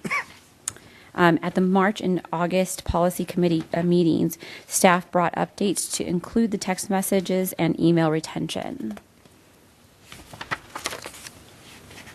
The updates made to the policy include employees must provide text messages, emails, or photos that are related to district business within 24 hours of a request. And we would usually make that request if there was a subpoena. Employees are discouraged from using text messages as a means of communication. Employees are discouraged from using cell phones for personal use during work hours. We recommend that employees delete text messages on a daily basis. We've also added that hourly employees are strictly prohibited from responding to work emails, text messages, or phone calls outside the compensated work hours. Employees must adhere to the California state laws regarding the use of handheld devices. Employees do not have the right of privacy while using any district information technology at any time. And the email system shall be used for transmission, not storage.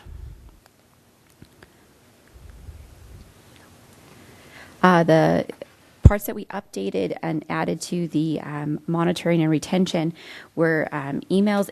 The email in and out boxes shall be emptied on a regular basis or after records have been appropriately saved. And the district's email system will be configured to automatically delete all emails after 180 days. Again, we're requesting that the board, we recommend that the board approve the updated technology use policy to include electronic and telephone usage and privacy policy. Any questions or comments? Okay, Director Magner. Catherine, the 180 days, that's in compliance with the court ruling? The court ruling did not say anything about how many days we had to keep the emails. That the court ruling for the are you talking about the San Jose yes. case? That was just regarding text messages. The text messages are part of the California Public Records Act. Right, I understand. It doesn't really. Our email retention policy kind of is separate from that ruling. We just included it in our technology use policy. Okay, so have we always had a delete in 180 days? We didn't have a delete at all, and so it was taking up a lot of space on our computers, and it makes us responsible for a lot more, for long-term emails that were in there. What's our attorney think of 90 days? We actually talked to with the policy committee quite a bit on this one, and we decided that the 6 months was probably the best because we still use it. We still have to refer to things that are happening within a 6-month period. Our attorneys didn't really give us a specific date or time frame of when we should delete them. They just said we should have a time frame. Okay. I'm just going on, I was in a breakout group and we talked about 90 days in the breakout group at the recent CSDA conference. So yeah. We kind of threw around a lot of different timelines, but after talking with the policy committee, we think that the 180 days would probably be a little bit better for our district because we do use it, and there are projects that last a little longer than 90 days that sometimes we just would like to be able to refer to them.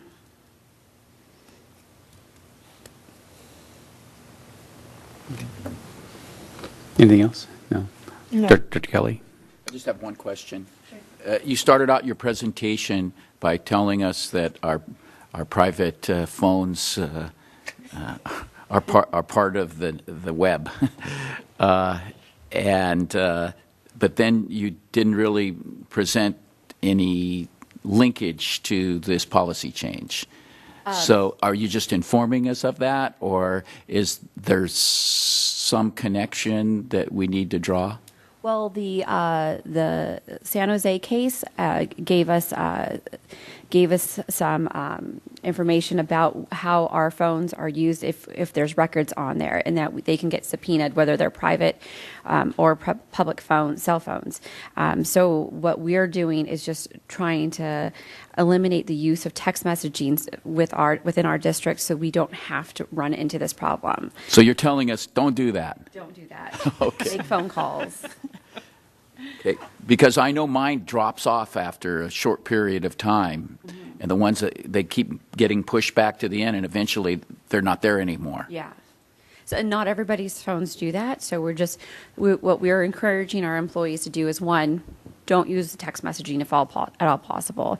And if you do, make sure you go through and delete your text messages on a daily basis. That way we don't run into this problem, because that's not what that is meant for. It's just meant to have a quick response from employee to supervisor, employee to employee.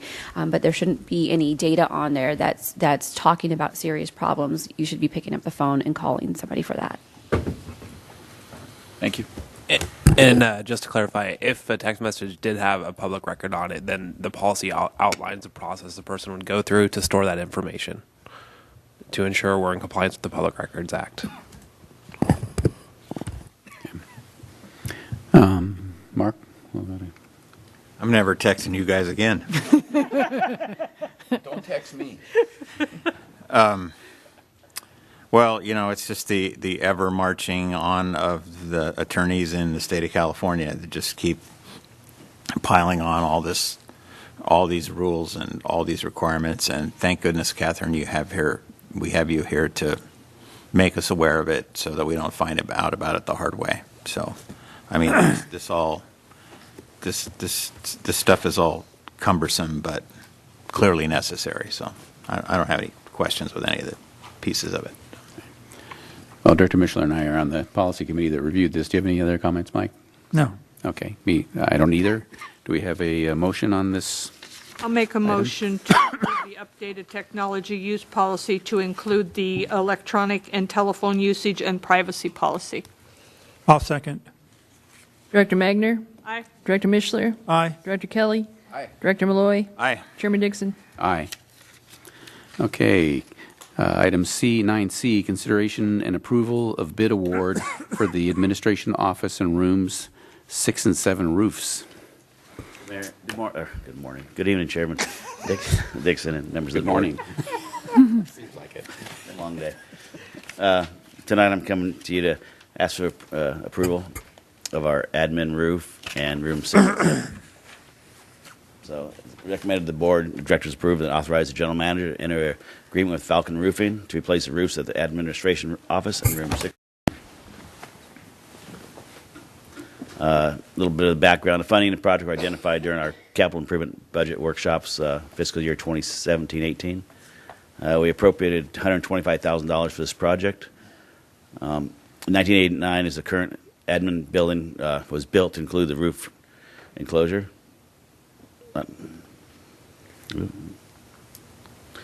Here's some photos of them still. They're in bad shapes. I was talking to the gentleman here that's Mike Parent. He's well aware of these roofs. He's worked on them. He was with Channel Islands Roofing for years. Went on his own, and he was informing me some of the drains here were added on by staff or somebody at one time over the years, which is causing some issues for us.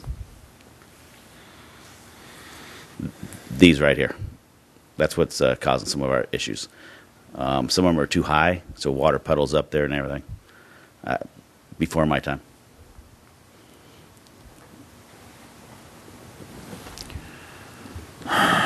The following items will be addressed. They'll tear off, remove the existing roof system and all the flashings. They'll complete all the necessary wood that needs to be replaced on it. Install one layer of, here we go again, isocyanuric insulation.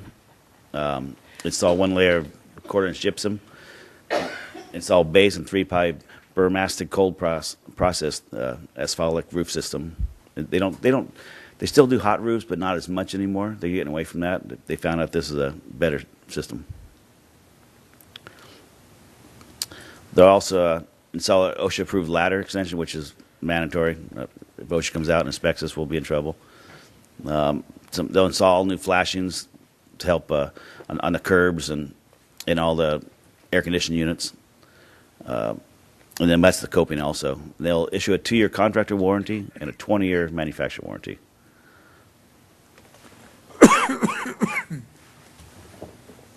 August, I sent out an RFP, request for proposal. I had 7 companies come out on mandatory job walk. 5 submitted the bids, with the low bidder being Falcon Roofing, an amount of $133,091.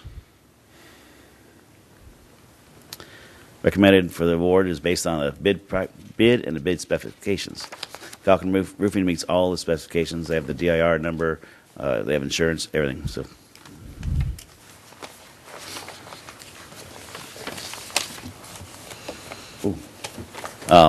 Initial estimate was 125. Current bid is 133.9, so we're 8,000 over initial estimate.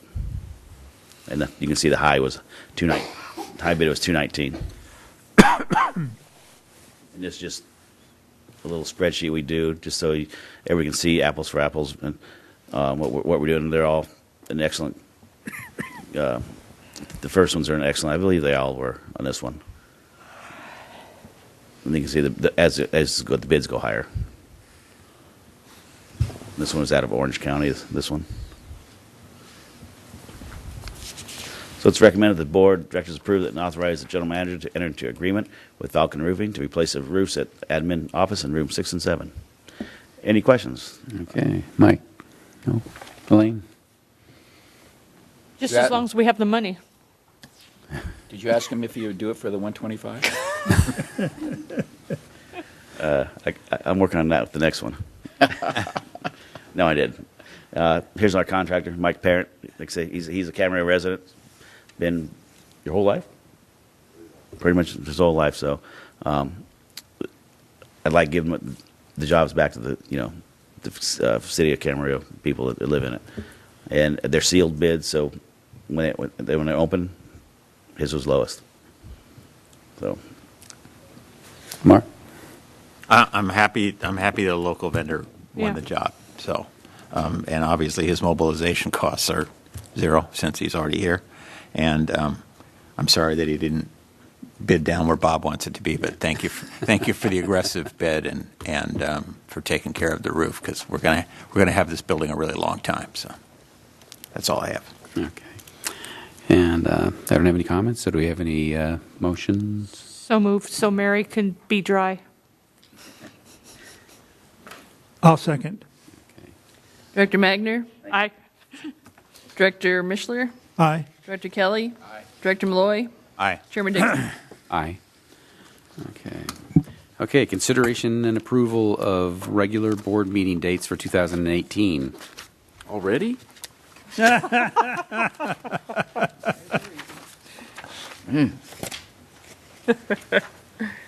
evening, Chairman Dixon, members of the board.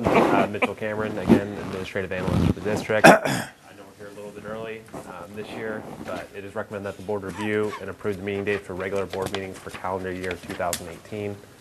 A little bit of background, that typically we go over meeting dates in December.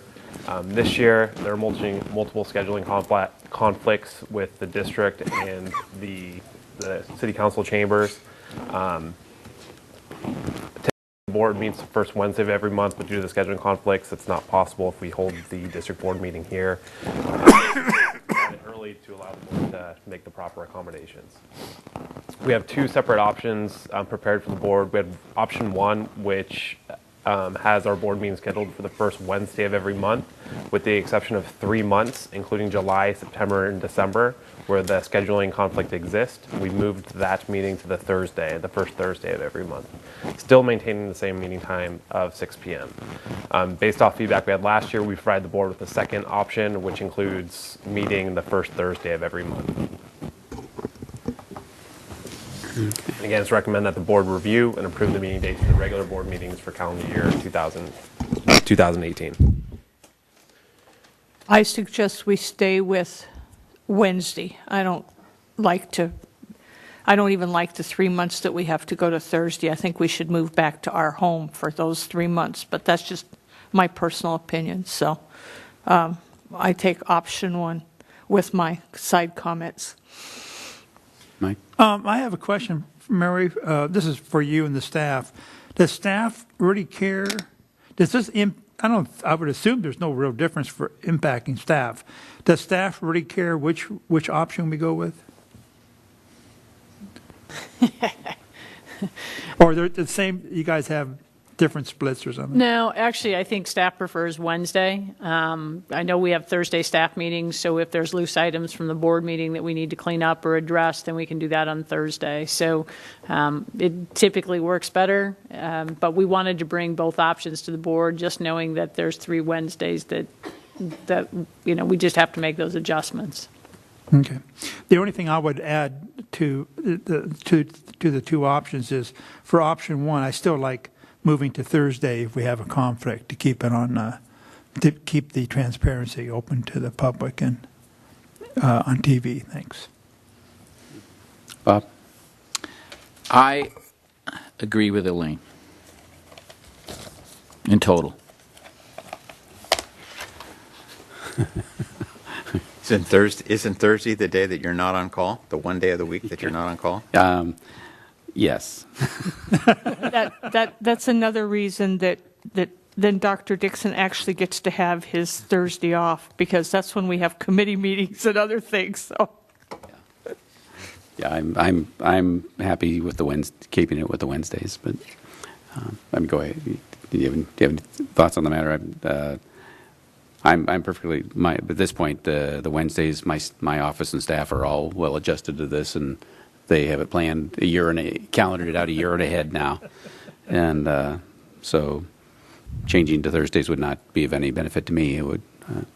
I'll work with anything, but I would actually prefer to keep it on Wednesdays. But as far as whether we change to the other days of the week or the 3 days 3 months that we can't get the Wednesdays, I don't have a strong opinion about it, but I guess at this point, if we are going to we came here for transparency reasons so the public can see what we're doing, and I guess if we want to maintain that, we should continue to we should use the Thursdays, the months that we can't get the Wednesdays. Okay.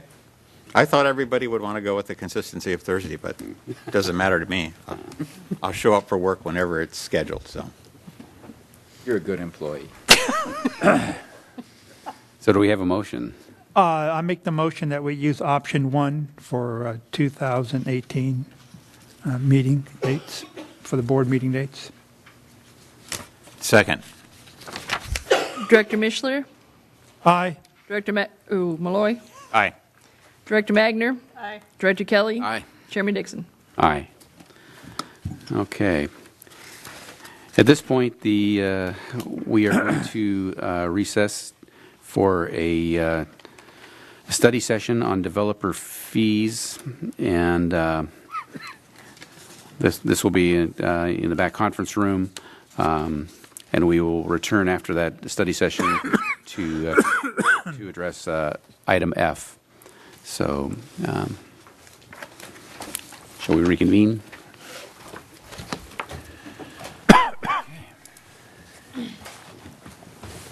About how long this is going to take now? Oh, I didn't know that. Everybody have any idea how long this is going to take? I would say maybe 30 minutes. Half an hour, okay. 30 minutes.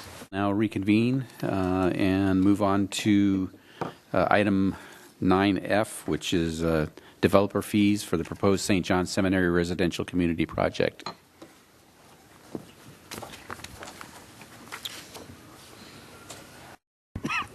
Chairman Dixon, members of the board, Mitchell Cameron, your administrative analyst.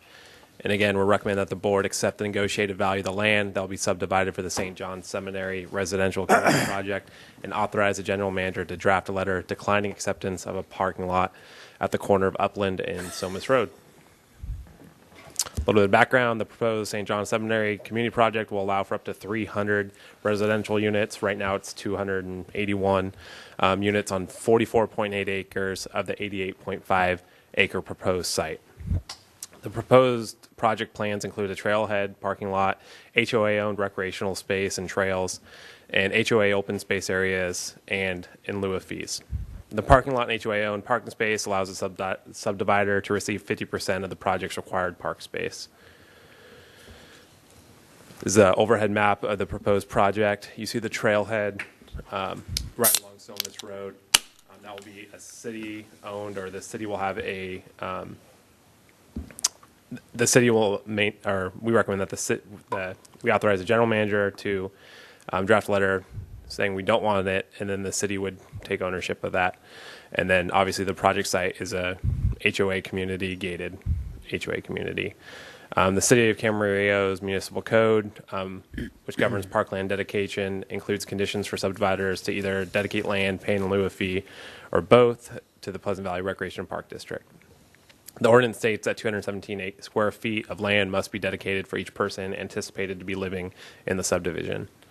The project requires a parkland dedication of 3.71 acres, and the subdivider will be given 50% credit for private open space for recreational purposes, which is the maximum allowed by the city ordinance for HOA-owned facilities. In accordance with city code, the developer will be required to pay in lieu of fees equivalent to the cost of 1.85 acres of parkland, which is, again, half of their required. The initial appraised value of the land presented to the city of Camarillo was $2,280,000. That was an appraisal done last November by the subdivider and provided to the city for reference. The appraisal would result in the district receiving $61,134.77 in lieu of fees. Staff negotiated with Community Development Department and the subdivider to determine a more appropriate value of the land. We looked at comps, we looked at current properties that were for sale in the area, and we calculated that the land is worth, and agreed that the land would be worth $47,159,091. The value results in lieu of fees of $1,264,500, or $4,500 per unit. In this scenario, the district has two options. Before you move on, can you go back? Am I reading that right, that there was an initial appraised value of $2 million and some change, and then after they sat down and talked, they agreed that it was worth $47 million? Yeah, so the initial appraisal did a couple things. It didn't take into account the buildings that were already on the premise. It completely excluded that. It didn't take into account highest and best use. They made some very bold assumptions in the appraisal that staff questioned and worked with the developer and, again, city staff to work through and agree upon a more agreed upon value. Let's never use that appraiser again. Okay. He made some pretty bold assumptions based off information he received from the developer. From our workshop, we have no input into the appraiser they select. Well, and it's revealed right there. So go on, Mitchell. In this scenario, the district has two options: accept the value of the land to be subdivided at $47,159,091, or request that the developer obtain another appraisal from an appraiser approved by the city of Camarillo. Option one will secure an in lieu of fee of $1,264,500, or $4,500 per unit. Option two could result in higher in lieu of fee if the land is determined to be worth more than that $47 million figure, or lower in lieu of fee if the land is determined to be worth less. We wouldn't have an option once we got the appraisal. In the event it came back less than $47 million, then the developer fees would move in conjunction with that lower appraised value. The subdivider has also agreed to provide a trailhead at the site outlined earlier. District staff has assessed that this site may make a good trailhead for Cayugas Creek Trail, and that it would be more logical for the city to take ownership and provide ongoing maintenance as they own and maintain the current trail system. The district's policy committee met in September to discuss the value of the land and recommended that the board accept the negotiated value of $47,159,091 and authorize the general manager to draft a letter declining acceptance of a parking lot at the corner of Upland Road and Somas Road. And one more update, the planning commission, the city's planning commission met yesterday and recommended that the project with these conditions move forward to council at their meeting later in October. And I recommend that the board accept the negotiated value of the land that will be subdivided for St. John Seminary residential community project, and then authorize the general manager to draft a letter declining acceptance of the parking lot at the corner of Upland and Somas Road. And if you have any questions or comments, I'm more than happy to answer. Blaine? I'm lost. I'm lost. Well, can I try? I mean, let me. Well, you got to find out what she's. Why Yeah, she's let's lost. Let me get found first, please, Mike. How does the parking lot and the $1.2 million come together? So part of the 50% credit that the city gave the developer was that trailhead. So that trailhead is included in the 50%. And that includes that parking lot. Yes, so that parking I'm with lot, you now. along with all the HOA-owned recreation space, comes out to 50%. Okay, so that if we don't take that, then that goes back to the city, and they're going to maintain that. Yes, and it's, I don't know if they'll own it, it'll be an easement. I believe they have an access easement for that specific trailhead. And then the ownership would be maintained by the subdivider or the owner of that property. Okay, I'm good now. But I think the question would be, help me out, if the park district accepted that parking lot as part of our conditions, that would be subtracted out. That would be taken out of part of the money, the fees that they would have to pay us, and we would even have a reduced fee. Yeah, I understand that. Yeah, okay. I understand that. No, I that's don't part. think that's true, No, yeah. no, that's part of the condition. So the city has the option to take that land or to give it to us. So it's not subtracted out of the 1.2. So what they're actually doing is they're using that for public use. So they're giving that, so they get part of that 50% credit. So that's part of the credit. But if it went to us, I think that wouldn't be a 50% use, that would be a full credit use. No, so the way It'd that still the be city part of wrote that. this specific item, and I apologize if I butcher anyone's work, but they gave them less than the 50% for the HOA-owned residential or recreation space, so it was less than the 50%, and then they took that amount and added in the trail space, which came out to a total of 50%. So they didn't get 50% credit just for the HOA owned space. They got less than 50%, and then added in. It's like I believe it's a quarter acre, if I remember correctly, for that. So it would not impact the amount we're receiving from the city if we were to maintain that. We would just have to then own and maintain a parking lot and a Yeah, there's a parking lot. There's some picnic space, and some overhead coverings as well. Okay. Bob? Just one question. How did we determine the 47 million? We looked at surrounding properties with like characteristics. It was difficult being that there's very few 85-acre parcels that are zoned RE5 with recreation facilities and housing on it. But we started with the value of the land and then added in an amount for the value of the property and for the value of the infrastructure that's currently there. And we agreed to 47 million. But how did you determine it was 47 million? We have a pretty big calculation we went through, but to summarize it, we looked at the value of the land.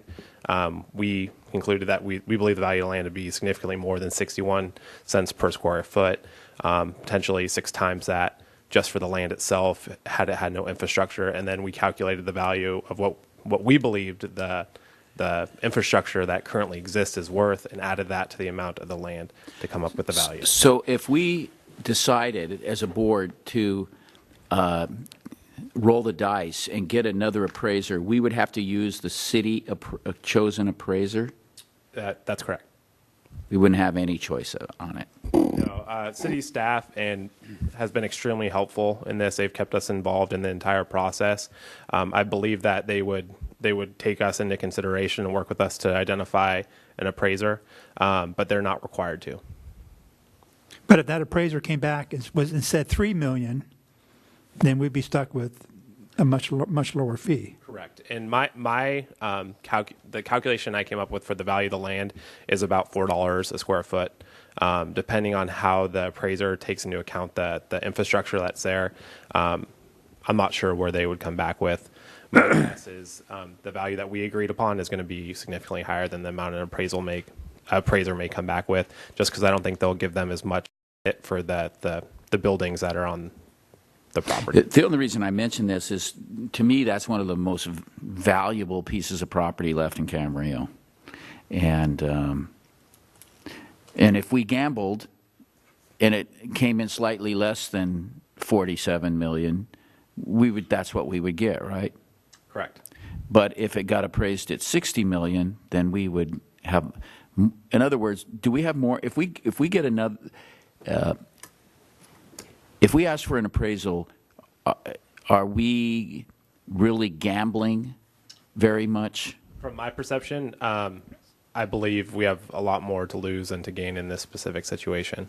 I think it's very possible, given that he got an appraisal done last November that came in at 2.2 million. It is a crapshoot as to whether or not it comes in much more than that. Well, the risk reward here is this is very simple. I mean, the risk is you're trying to gain a little bit more on the appraised value, but their actual risk is it's going to go way down. We may get something 10. I know. I just go on the basis that you don't go from 2 million to 47 million unless you think it's a very valuable piece of property. Yeah, I don't disagree. I think they understand that there's value in the property and there's value in the project itself getting pushed forward, being that the city council still has not approved it. So I assume that there's some value in that. But my assumption, my professional opinion would be that an appraisal would come back at less than 47 million. Okay, thank you. Go ahead, Mike. Yeah, I think to me, what's important here, if you stand back and look at this whole process, is that when the city staff is just going through mechanically implementing what the city rules and regulations are for calculating this, they came up with that 61,000 number in lieu fees. And then it's only because our staff went out and met with the developer and the developer agreed that we got it up to 1.2 extra million or whatever, the 1.2. And so, and that's only because the developer agreed to that. Correct. If the developer said, oh no, it starts hemming and hawing, we wouldn't even get this. It's not because the city, so I want to thank the staff, first of all, before I forget. I want to thank the city staff for being on top of this and being involved, because we would be walking away from $1.2 million if the city staff was not, if our district staff was not involved. Because the city staff wouldn't have done anything. They would have stayed in at $61,000, and we would have walked away from $1.2 million. To give them credit that they have really ramped up their communication with us in this process. Well, I know, but still, they can only do what their city code allows them to do. They can't go out and talk to the developer and say, oh, our calculations are 61,000, but you should really give them 1.2 million. Correct. They're not going to do any of that type of stuff. Hey, I'm okay with the numbers. That's not how I would negotiate. That we're lucky to be getting something because we tried. I mean, but anyway, I'm just saying that it's just important for the public to understand that our district staff, because of them, we're going to be able to. I don't disagree with that. I'm just saying the public that that's what we're supposed to do. Yeah, I'm just saying. But historically, that hasn't always happened 10 years ago or something. So. All right. Okay, thank you. Okay, Mark. Mitchell, this works out to $4,500 per unit. Correct. What have we typically got in the past per unit? For example, there's a new condominium/apartment project going up near PV Fields. That's somewhere around $2,000 per unit, and they did not necessarily receive credit for HOA space.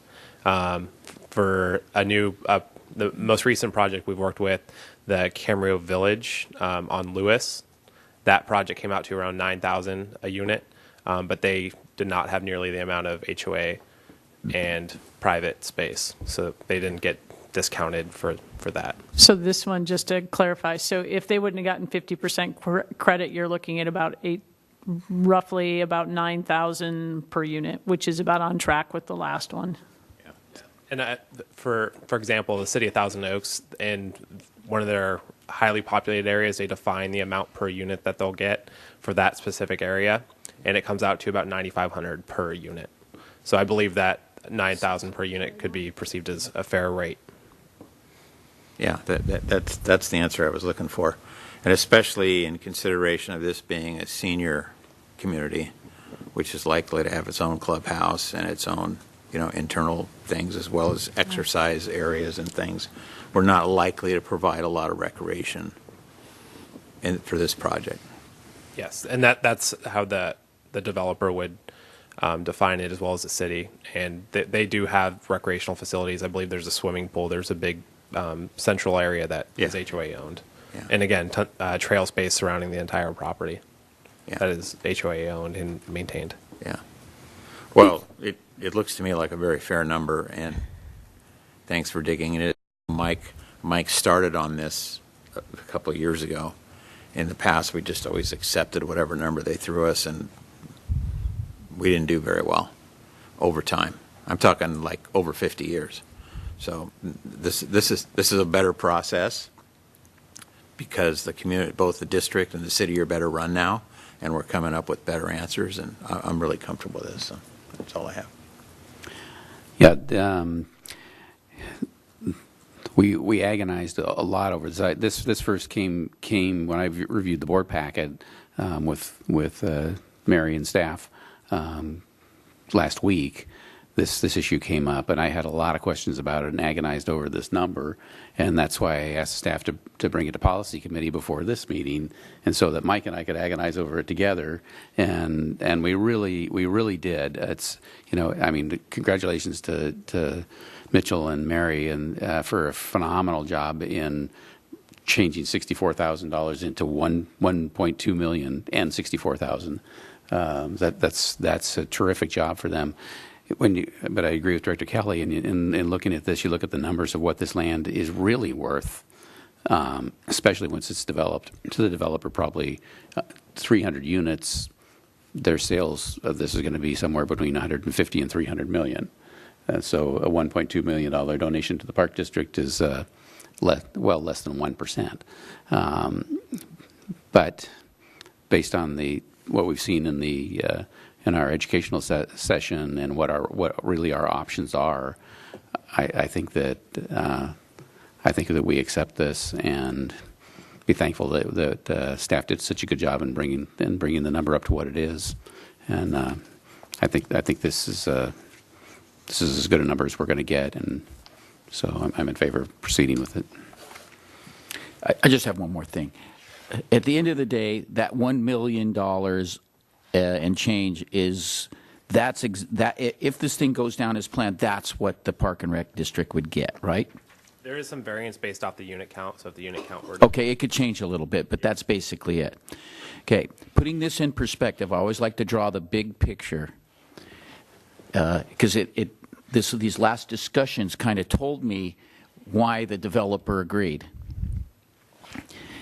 If you're talking 47 million and all these big numbers, but at the end of the day, he pays $1 million.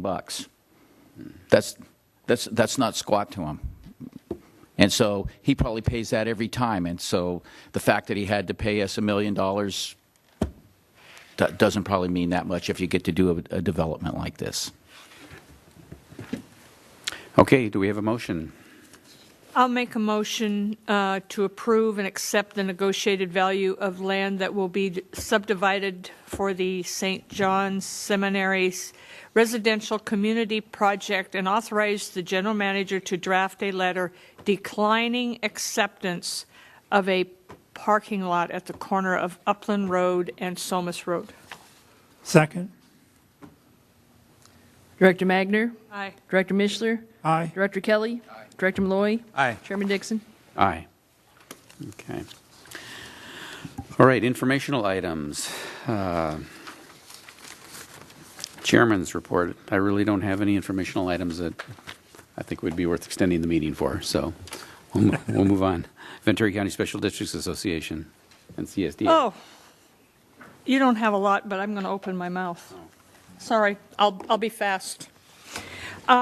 First, for Ventura County Special Districts Association, we met last night, and the guest speaker was Jacqueline McMillan from the from Metropolitan Water District regarding the failure and subsequent repair of the Orville Spillway and the California Water Fit project, which was quite interesting. And what I wanted to say regarding that is I find it interesting that Bob and I spent last week with Jacqueline, because I'm not sure how many people know that the Metropolitan Water District is a special district.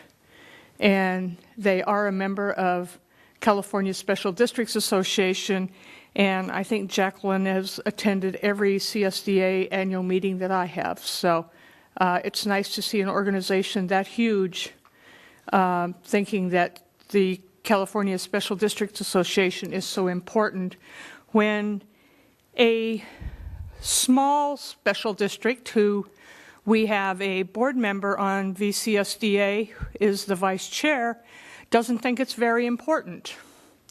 Cam Rosa has still to this day does not believe that CSDA is important. So just my opinion, and I'll leave it at that. Bob and I attended the California Special District Association annual conference last week in Monterey, beautiful weather. Record attendance, close to 850 people there, 75 exhibitors. That place was humming. I'm amazed at what that staff does. Our staff is great. Their staff is great too, because they put on such a great thing. Had a lot of awards given. SDR May, poor Leo has to listen to me talk about SDR May, but they do such a wonderful project with all of their awards and everything. And a couple of our local agencies won awards, specifically United Water District. So Bruce was there to accept the award for, and I'm not sure exactly what it was for. I have it in my papers, but I didn't bring it. So, one other thing, I would like the board's support.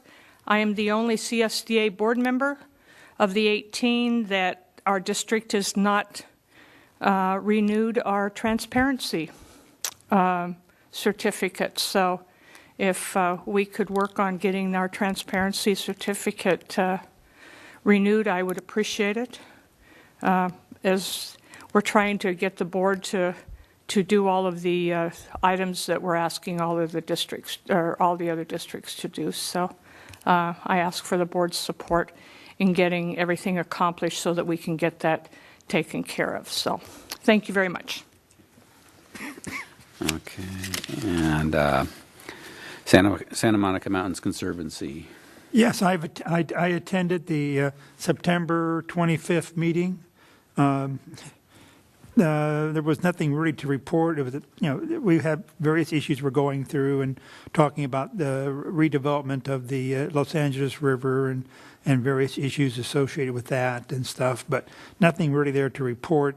My own personal problem was to go the 50 miles to the meeting site took me 2 hours, the driving time, so that's all. But nothing else to report there. Standing committees, finance. Finance committee was me this month. My partner and my alternate were not available. Somebody was on vacation, having a good time. But Leo and I got through everything, and we're in good shape. We're only barely started in the fiscal year, but everything's on track so far. Okay. Liaison, you want to talk about that? Or the policy basically is what we were talking about here, and then I'm not sure if there's anything else you want to report at this No, point. it sounds, this almost entire board meeting was the policy meeting. So, okay. Let's move on to foundation. We had a foundation report already? Well, I think we had a wonderful report from Megan. I think that pretty much does it, and We've already set a tentative date, or we're working on a tentative date for next year already. So we're moving forward. Let's say it that way. Okay. And there's another event coming up. It's February The 19th. painting with a twist. Yeah. Painting with a twist on the 19th of October. Have a little wine and paint a little picture, and quite a bit of money comes back to the foundation. So go and enjoy yourself. Most of my friends on Facebook have already been invited, so.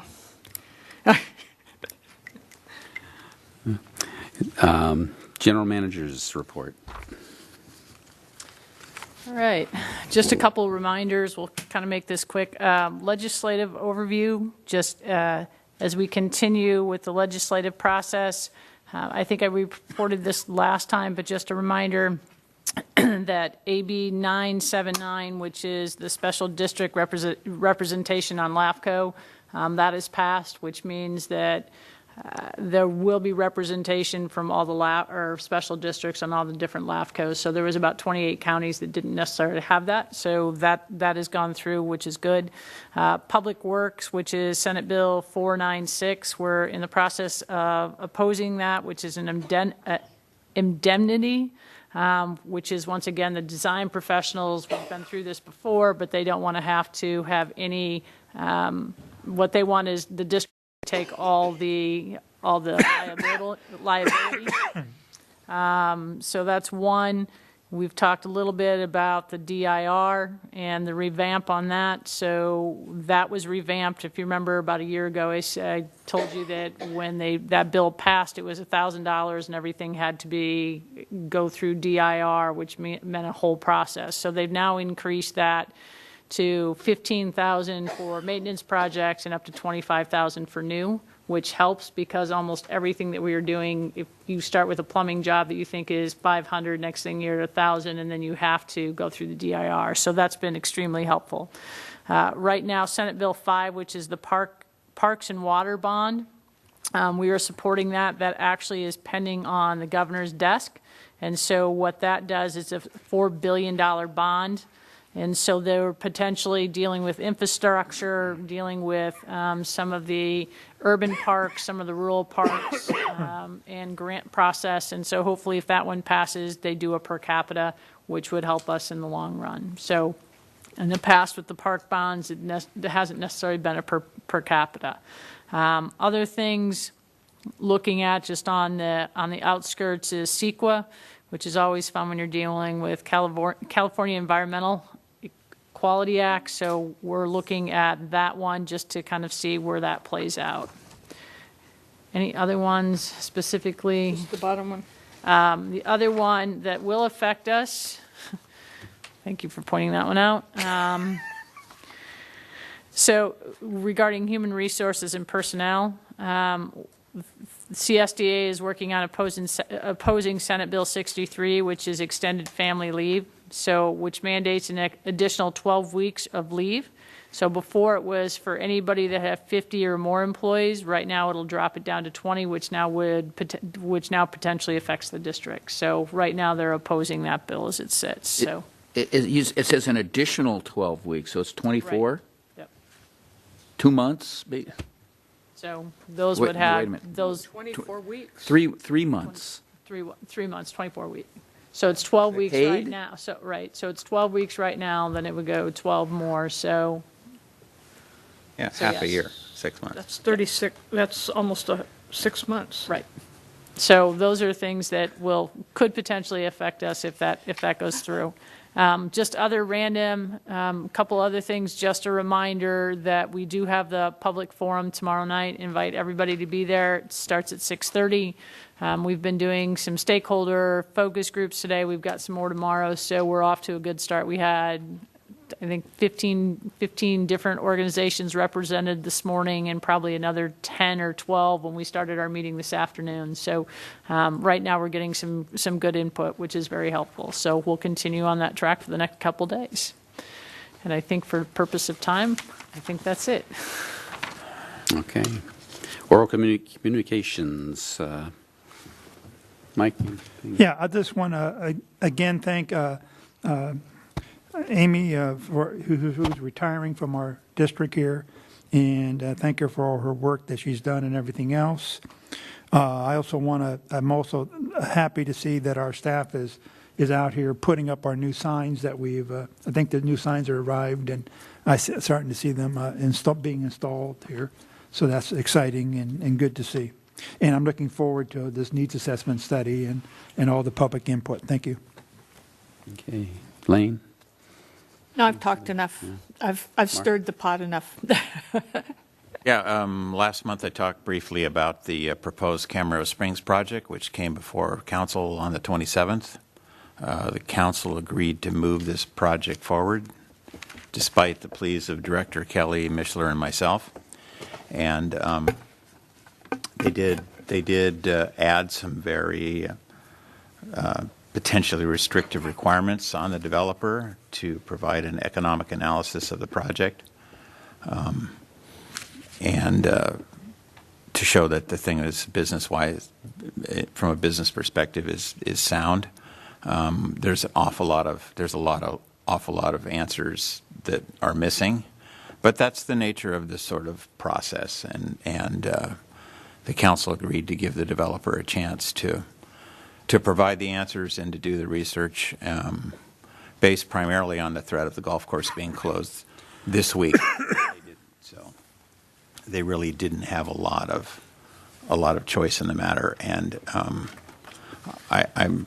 while I look at it and many people look at it and remember the Noah's Ark look of that golf course during the rains last year and wondering how the heck could you take 30 acres and raise them up a few feet and plant houses on them, I have no idea how that can work, but I don't really know anything about that business, and I suspect the developer does.